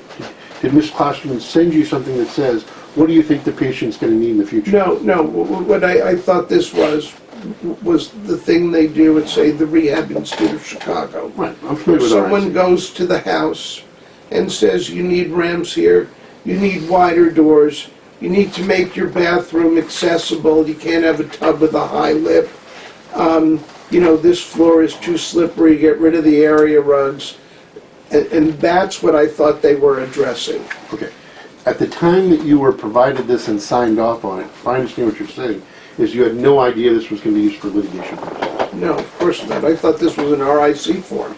I mean, I filled out RIC forms that said they had to put an elevator on the front yard that understandably could take a paraplegic up in a wheelchair to the entrance to the house. And doors, I've had a lot of people in wheelchairs who have to get those redone. Right, okay.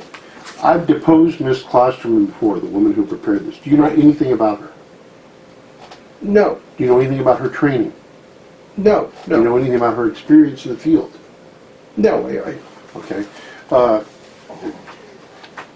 The reason I asked if you had filled anything out is in the past she has occasionally sent physicians who are providing care and treatment to a client forms for them to fill out with regard to recommendations of what may be needed for the client. But to the best of your recollection, you did not do that in this case. No, I did not. All right, thank you.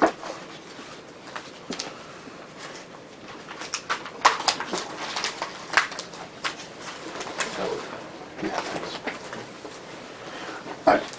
I don't think anybody's ever asked you, what are the necessary symptoms or signs to diagnose Wernicke-Korsakoff's? Okay, symptoms is what the patient complains of. Okay. So they usually tell you my legs are numb and they hurt. They might say there's something wrong with my memory, but they're terrible historians. Okay.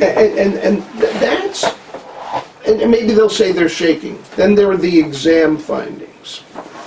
And the first one is cognitive. They're just going to be in left field. The eye findings I've seen fewer of, and I don't know why. Then there's a dense sensory loss. A what? Dense sensory loss, a severe one. Yeah. Okay, Okay, so what I do, I have a tuning fork and a safety pin. I change safety pin after every patient. And you can play sharp dull. So there's usually a significant loss. And they're weak. And the other thing is they're usually, even though Korsakoff didn't describe this, they're usually unsteady. And the memory loss is the kind of thing you have to push on because their language function per se is almost normal. And they maintain social graces. But if you ask them, do you know where you are, that they'll make something up that is so out of line. Okay. But say it in a very matter-of-fact way. All right. So in order to make the diagnosis, you're looking for cognitive errors or omissions. Right. Nystagmus, eye movement. Or Right? eye abnormalities, right? Eye abnormalities. Okay, we're not going to use the word No, we're not going to use the nystagmus. stats. eye abnormalities. STEM, sensory loss. Sensory loss, right? Okay. The word I used was dense, D-E-N-S-E. All right. What does dense mean? In that Serious, severe. context? Oh, so dense sensory loss in the extremities or where? It's usually in the arms and legs, usually more distally, usually more in the legs. All right. Okay. Weakness. Weakness, but that you'll pick up on testing. The first thing is usually sensory. Very poor balance. Okay, we're talking about weakness in the extremities, or are we talking about weakness in the core? It's usually more distal, hands and feet, greater than the shoulders and hips. And then poor balance. Okay. And the balance is disproportionate to the amount of weakness.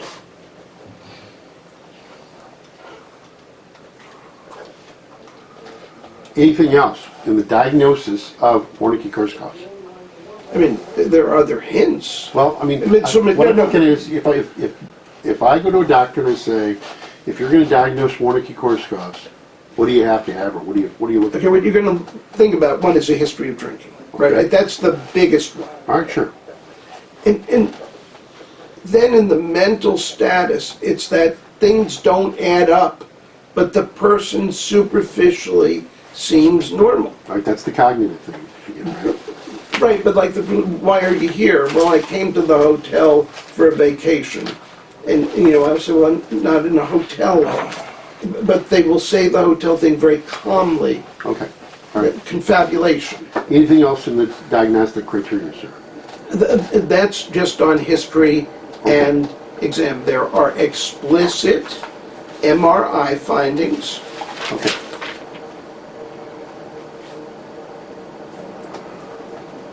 All right.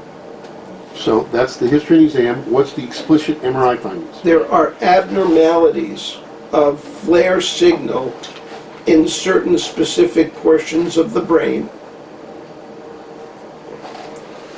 Usually, if the person's been drinking, you will find abnormalities of liver function tests and blood count abnormalities. Okay, it's blood. We're dealing with a non-alcoholic in this case. Non-alcoholic. Okay, so it would be nutritional then. So then we're looking. Okay, so then other than the explicit MRI is different than nutritional, right? That's correct. It tells you, well, there are of Wernicke's. Then you would have to find the cause. So Korsakoff's first patient over an unrequited love had swallowed lye. And that was a malabsorption case. Sure. Okay. All right. I'm just trying to No, get to the core things here. Right. All right. So, explicit MRI findings, any other than the abnormalities of the signals. I mean, not that I can think of Okay. right now. And then you said nutritional. Is that where you're looking for things like the B1 or what? A B1. Okay. So there could be other causes. So let's leave out the alcohol. Let's Right. leave out gastric bypass. But No, let's leave in gastric. okay, but that's a classic one. But there are other causes of malabsorption. Somebody could have inflammatory bowel disease and have had a large piece of the small intestine resected, and things got overlooked, and the supplements were not started. Okay. That would be a classic example. Okay.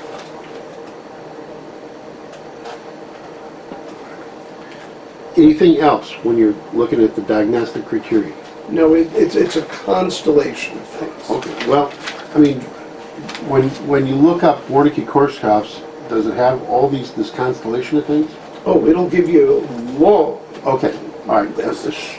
How many non-alcoholic Wernicke-Korsakoff's patients have you treated in the last 10 years? I would say about, maybe it's one a year, one every other year. Okay. So somewhere between 5 and 10 in the last decade. Yeah, it's probably a little closer to 10. I would say more than half were bypass patients. Okay. And the inflammatory bowel disease problem has gone down with the new agents that are available. Okay. Now, have you formed any opinions to the standard of care with regard to any breaches in the standard of care by Dr. Huja in this matter? My impression was he was the one who picked up I understand. that, so I did I'm not just wondering if you have see. any, you've expressed some negative opinions with regard to others in this case. And all I want to know is, do you have an opinion to a reasonable degree of medical certainty that Dr. Huja breached the standard of care in this case? I do not see that. He was not the surgeon, correct? Sir, I'm not going to tell you anything about it. Okay. The question is, as you sit here today, having your discovery deposition taken, in this case, do you have an opinion that Dr. Huja breached the standard of care? I don't know. I'd have to go check my notes or his notes. Yeah, he's the surgeon, the original The surgeon. surgeon. Well, now, you know, Now, Don, listen to the answer. Listen to the answer. does Dr. Huja, did he breach the standard of care? The patient should have gone home on supplements, yeah. And then he was... Now, wait a minute here. This is ridiculous.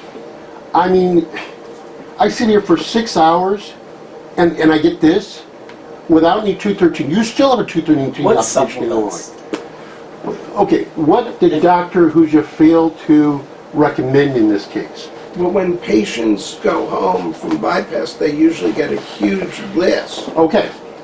And have you looked at Dr. Huja's records to see if he provided the patient with any information on taking multivitamins post-bariatric surgery? I did not see prescriptions for those. I'm not asking- I don't know. I don't know. So we'll agree not to elicit a Okay, standard care opinion. let's do it this Dr. way. Huja. Do you guys agree to stipulate that you will not elicit an opinion from Dr. Burke that Dr. Huja in the Heron Hospital breached the standard of care in this case? Yes. All right, we're going to agree to that? All right, then we can save a ton of time, Doctor. Thank And you. I did note that he was the one who picked it up. That's fine, Doctor. If rather you're not going to impressive. attend to you as an expert on the breach of standard of care, that's fine. Now, that being said, the definitive thing that you found in this case, if I'm listening to you correctly, is that finding that low B1 result is a triggering event that should have caused something to happen, right? Let me say, I'd like to think in an ER, just seeing the patient would have triggered it, that would have confirmed it.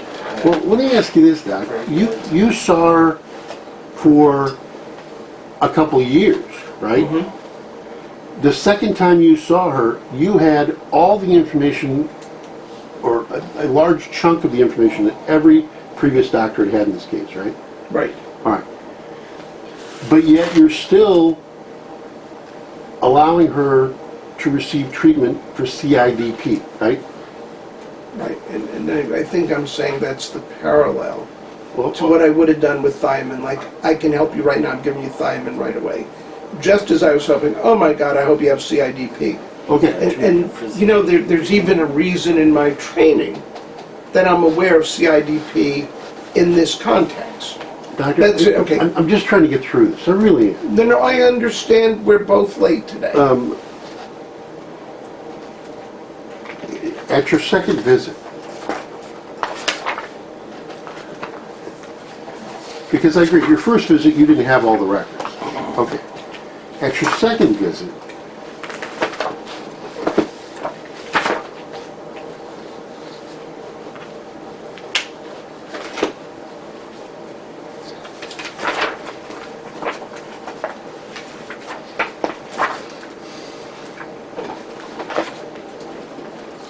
11, 18, 13, right? All right. She's improving in strength and thinking from 311 to 611 and plateau. I guess that's a question I wanted to ask you about. If somebody has Wernicke-Korsakoff's and they get the thiamine treatment, all right, do they ever get better again? Yes, about 25% completely recover. 25% significantly, 25% a little, 25 not at all. All right.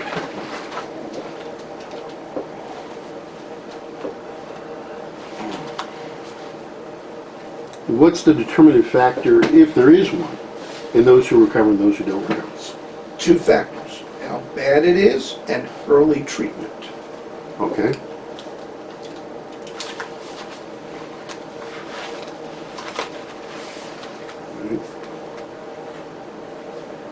If she is suffering from Wernicke's Korsakoff's, and if IVIG is not a treatment for Wernicke-Korsakoff's, why is she improving when she's having the IVIG?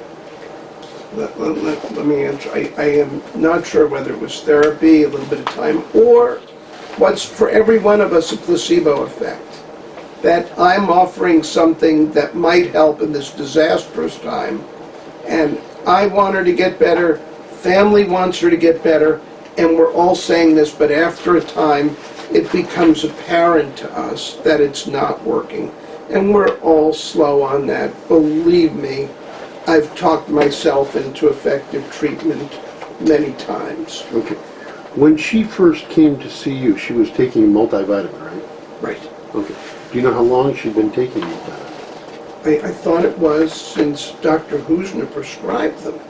Well, and I'm not trying to trick you here, but are you talking about from your review of the records of February 2011? That was or about, prior to that? No, what I You saw don't was know. it started then by him. Okay. And there was a note in the chart. All right. Let me ask you this question, and hopefully I won't have to go backwards anymore. Do you have any idea what Dr. Hoosier's office ever recommended with regard to multivitamins in Rebecca Leach? Before February 2011. Okay, I must honestly say I don't recall, and let me be honest with you there. All right.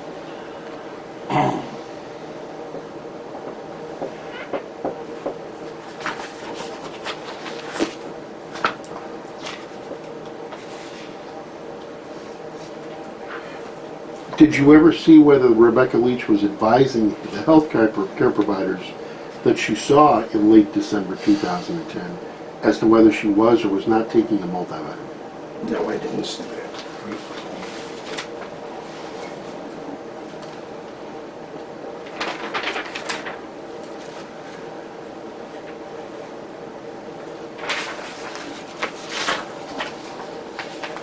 Does Wernicke-Korsakoff's typically come about in a non-alcoholic person in the space of 10 hours? 10 hours? Yes, Yes, it can. you can. Okay, so you can have acute Wernicke-Korsakoff's Yes, in a non-alcoholic. yes. Okay, and you think there are documented cases of that?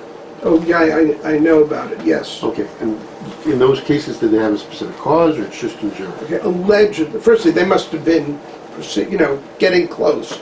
But supposedly the thing that throws you over is starting intravenous glucose. Okay, Remember I mentioned that it was the agent that pushes the glucose products into the oxidative portion of their breakdown. Well, what happens is it gets stuck and can't go in, and it builds up a toxic byproduct called lactic acid. are you aware of anyone giving Miss Leach glucose in December of 2010? So, no. Okay. Right. Barring glucose, anything else, or any other history that you've reviewed where you can have the 10-hour acute? No, it had to be, it was the ones that are reported are after intravenous hookups, and they have something with D5W.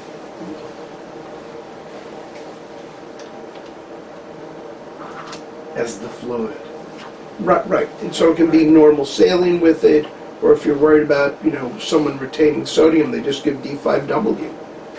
Doctor, you have any notes that the infection that she had in November may have something to do with the CIDP and/or Guillain-Barré? Yeah, well, Have you now discarded that opinion? right, because I don't think she has CIDP. Okay. But that was at least one of your differential diagnoses early on. That's correct. All right.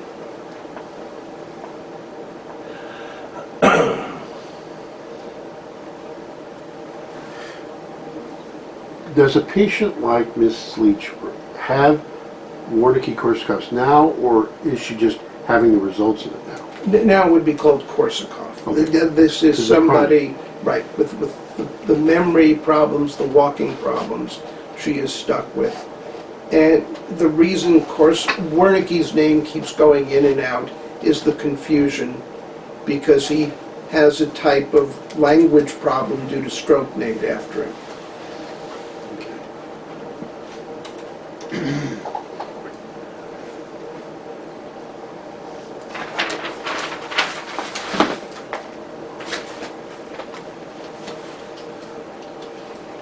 You have in your notes that this could also be a Syrinx, S-Y-R-I-N-X? Remember I was talking about the dissociated pin loss? Yes, sir. That's the classic finding for a lesion in the middle of the spinal cord. And the common one is like a tube there that damages the crossing of the pin fibers that you feel sharpness with, so that they're damaged only at the levels of the tube. So there's a dissociated level just where that happens, and it's a common, for that disorder, which is pretty uncommon, it's one of the diagnostic findings Okay. And how did you rule that out? with the MRI. Okay, so you'd have to have an MRI in order to rule that out. Yes.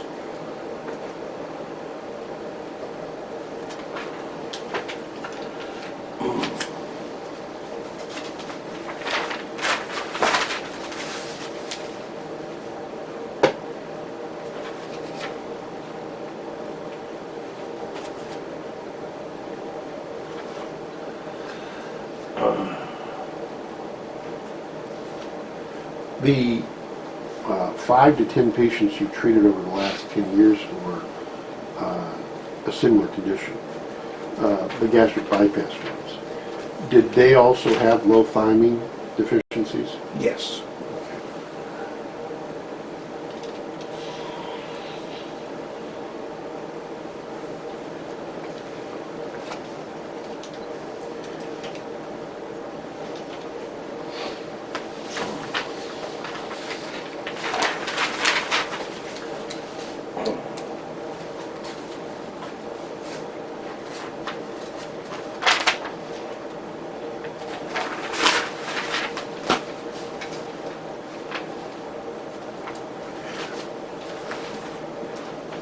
This, I guess for somebody like Mrs. Leach, where she has this condition and then she gets the thymine level, and then it looked like she was doing pretty good post February 2011. Right? She was able to walk, able to talk, able to do those types of things. What caused her to decline after that? Let me object to the form of the question. It doesn't reflect the facts in the records. Okay, it's a discovery. Yeah. Okay, I think she's You're one- creating facts where she's doing dances and it's No, just I'm not in the I didn't say the record. word dancing. Well, walking and talking, whatever. She was walking. She still talks. She still Still talks talks, a little. but I think she's one of the people who even started late, got a partial response. She's better, but it's not significantly better. But it might make a big difference in what her home healthcare worker has to do. Like, if you and I couldn't walk, but we needed help to get to the wheelchair, that's a big difference from her being quadriplegic. Right, and so she got better and then plateaued, I think. Now, I don't know what happens after that, but a lot of people get worse again after they're done with inpatient rehab or intensive rehab, because we all need Vince Lombardi. You need the person who's going to take you and say, do this, this, this, and this. But is she undergoing physical therapy? But I think we've gotten a level where we're not going to get more, and I'm not sure how motivated she'll be because of the way her brain is injured. I mean, you do it to prevent bed sores, you do it to keep the patient moving. If you look at my notes, I keep telling her she has to practice walking every day. Saw that. Yeah. You know she's doing that. No, I don't know. And I have people, after they're done seeing me, they do it the first week. Then they don't do it anymore. They don't do it. I mean, Because you have no control over what the patient does when they go home. I really don't. Now, I think, could she get a little better? Yeah. But are we going to get much better? Never, because the structures don't regenerate.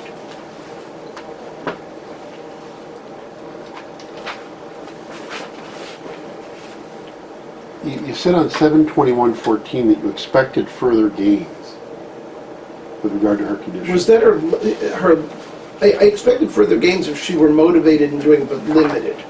And that's sort of my motivational talk. Okay, does she get a copy of your records? If she gets the notes, so it's a little bit edited from what you will get. In other words, I will frequently write a note just to the physician. You mean Miss Jenkins? Right, there'll be a portion that says, I think the patient with effort could get better, but I'm not as sure, and I tried to be encouraging.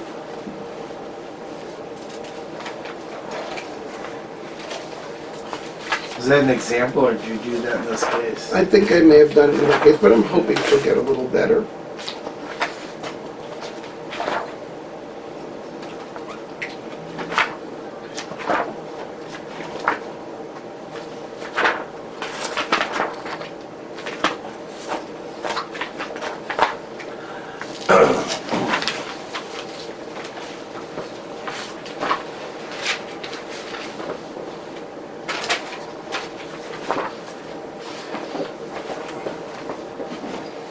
Doctor, on 10/20/14,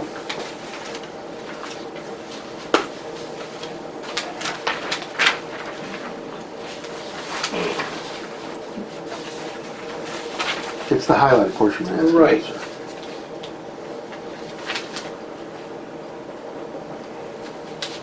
Yeah, okay, right, I see that, right? Which one do you have the questions about? Well, you have I believe you have Wernicke's, right? Right, Wernicke-Korsakoff, yes. Okay. Is it there because of the coding issue you talked about earlier? Oh, God, is it? And I had to get away from that. I have to use B vitamin deficiencies because every time I put in Wernicke-Korsakoff with ICD-9, it moves it to alcoholism. ICD-9 is a coding system. That just went out. Is it no longer in effect? Everybody's supposed to be using ICD-10. Okay. Does I mean- ICD-10 allow you to put Wernicke-Korsakoff in without alcoholism? That's correct. Okay. But you don't know that. And then you go to the B vitamins, there are 6 different divisions. All right. This is the first place I found where it said you wanted her to check her levels of B1, B6, and B12. Did you have that done? I don't know, and I need to check. Okay. Well, we got, let's see, this is for... I got Quest Diagnostics in...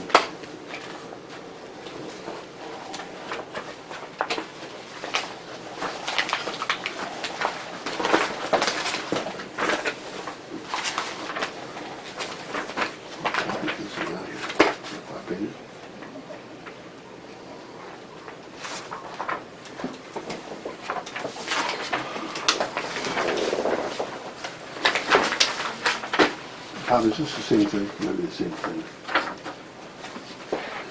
Yeah, now these are the things, the way that I would order them. Firstly, there's a B6, which I really want to be careful because it's neurotoxic. There is a B12, and there's no problem with that being high. Where's your B1? That's what I'm looking for. I am too. B6, C, B1. What page you on, sir? Page 2 of 5. I know, I saw it. All right, that's fine. It's about 2/3 of the way down over the beta-gamma tocopherol. Okay, so we're vitamin B1, thiamine, Right, is 150. 150. Okay. Right. Now for this one, the reference range is 78 to 185, right? Yeah, and I don't understand the way it's done. Because the other one even had different units. So when you look at these numbers, you have to take into context the units. The And then- units, and I mean, sometimes you have to do things like throw one out if it's not fitting in. Right. Okay. Would this be the B1, this 4/15/2015 Quest Diagnostic thing, the level check that you talked about getting back in October? Right, and they really did what I wanted. They have a comprehensive metabolic panel, a CBC, and they checked the B6 level. Okay.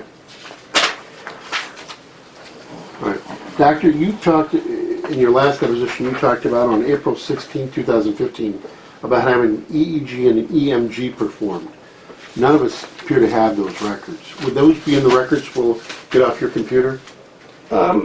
If they were done, absolutely. So they've been, this person has been good about sending stuff to me. Okay, all right. I'd like when we get done to check to see if we can find Be these. happy to do You it. testified about them, sir.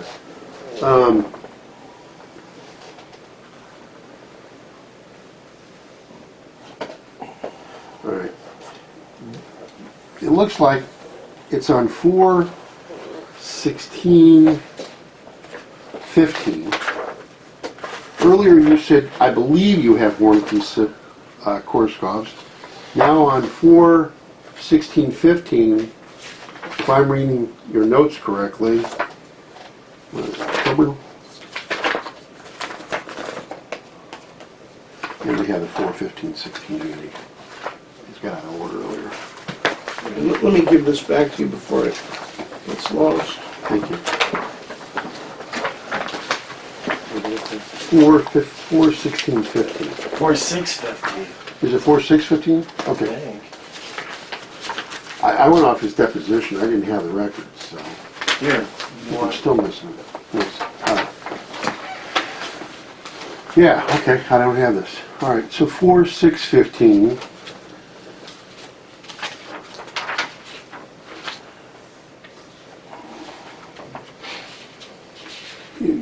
Your last note says, I believe, here it says, because you're not improving with nutritional therapy, confirms the fact of your loss of strength and balance were due to poor nutrition because of lack of vitamin supplementation. Okay. So we're now in April of 15, and you've, through process of elimination and looking at the results of the IVIG, ultimately determined what she has, right? Right. Okay. All right. And with regard to the line here that says, because of the lack of vitamin supplementation following gastric bypass, once again, that line, you don't know what was prescribed for her Right. by her gastric surgeon. That's correct. Okay. I really would have to look again, and you'll see how much we have here. Okay, so you're not giving an opinion there. No, no. And as you sit here, you're not sure that that's correct, right? That's correct. All right. Your EMG indicates that most of the nerve damage in the arms and legs is old with minimal new activity. Let me go look in the chart. I think I've seen an EMG on her. Okay, what you have I'm is... trying to understand what you mean. Okay, when you do an EMG, there are really two portions to it. One is nerve conduction. So you put electrodes on the fingers, the elbow, the shoulder, and you stimulate. And you can see slowing. It takes more time for the impulse to go down. Right. Then, a muscle which has lost its nerve reacts differently to the needle that's inserted in the muscle. If it's been that way a long time, from one that's acutely losing its nerve. And then there are also signs of the nerve growing back. So what I was saying is yes, I even read chronic, there's an EMG. I am almost certain I'm going to give you everything you want and more. That's fine. All I really meant to ask you about was the new it's, bottom of that line, it's highlighted, if you in the back. Well, it says your EMG indicates. Are you saying your is somebody else's EMG? No, you're meaning hers, but I don't know whether they sent it up Okay, I'm and I just scanned it into the computer, Uh-huh. or whether my partner did it and just handed it to me. What I'm trying to understand is the words minimal new activity. I don't know what those are. That's the nicest way to say that, A, it's not getting worse, but it also shows no signs of getting better. Okay, all right. So the regrowth of the nerves, or the It's not- reinnervation. It's not happening, so she's not renervating, but she's not actively denervating. Right. Okay. On August 15, your note there states 54-year-old right-handed woman with nutritional deficiency, post-gastric bypass, 9/14/10, and then never received supplemental nutrition. And again, not to beat a dead horse, but to make sure I cover it, you're not sure that that's correct, as you stated Yes, today. to the best of my knowledge, but that is not a certainty. You are correct. Okay.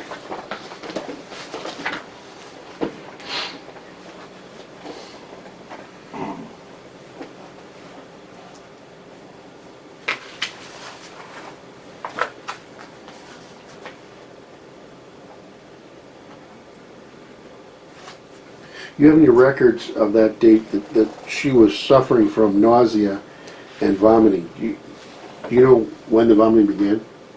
I mean, that day, No? in the past. In the past, I assume. At one point, I had it at my fingertips. Okay, I do not now. okay. Do you know how long it lasted for? I don't recall.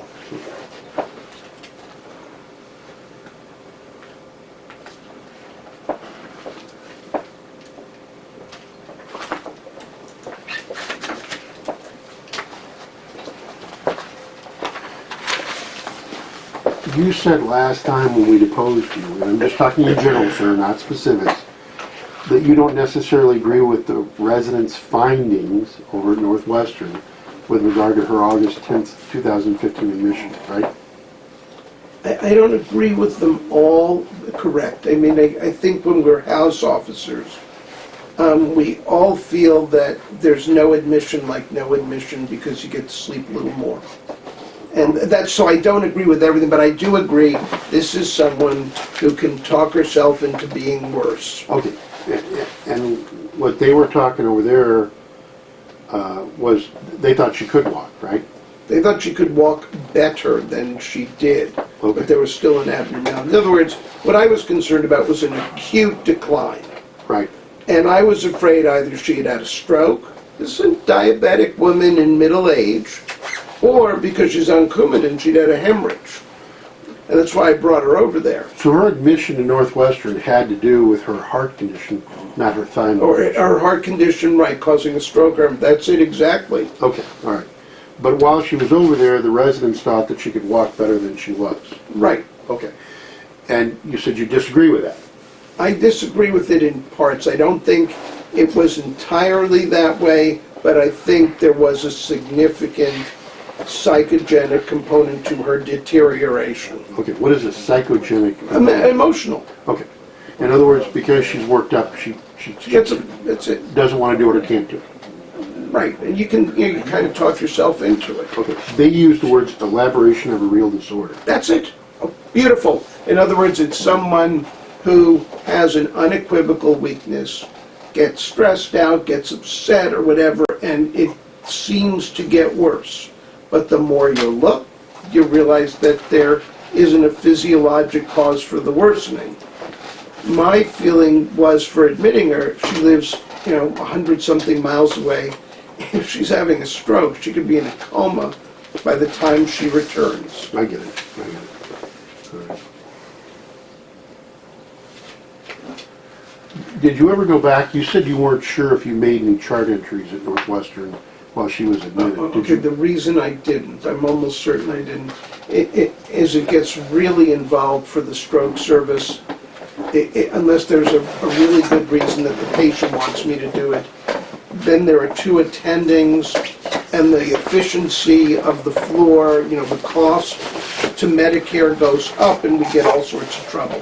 So I go over there, I talk to people, see the patient, and do it that way. But even writing a note on the chart is sometimes held against the hospital, and they don't like it. That's what I was going to ask you. I mean, you're saying you went over and you saw her every day, but if I understand the chart correctly, it does not reflect that you did. That's correct. And the reason for that is the financial issue to the hospital. Okay, you don't want them to be forced to bill for your time? Right, or somebody's going to say, why does your stroke unit need 2 doctors on it?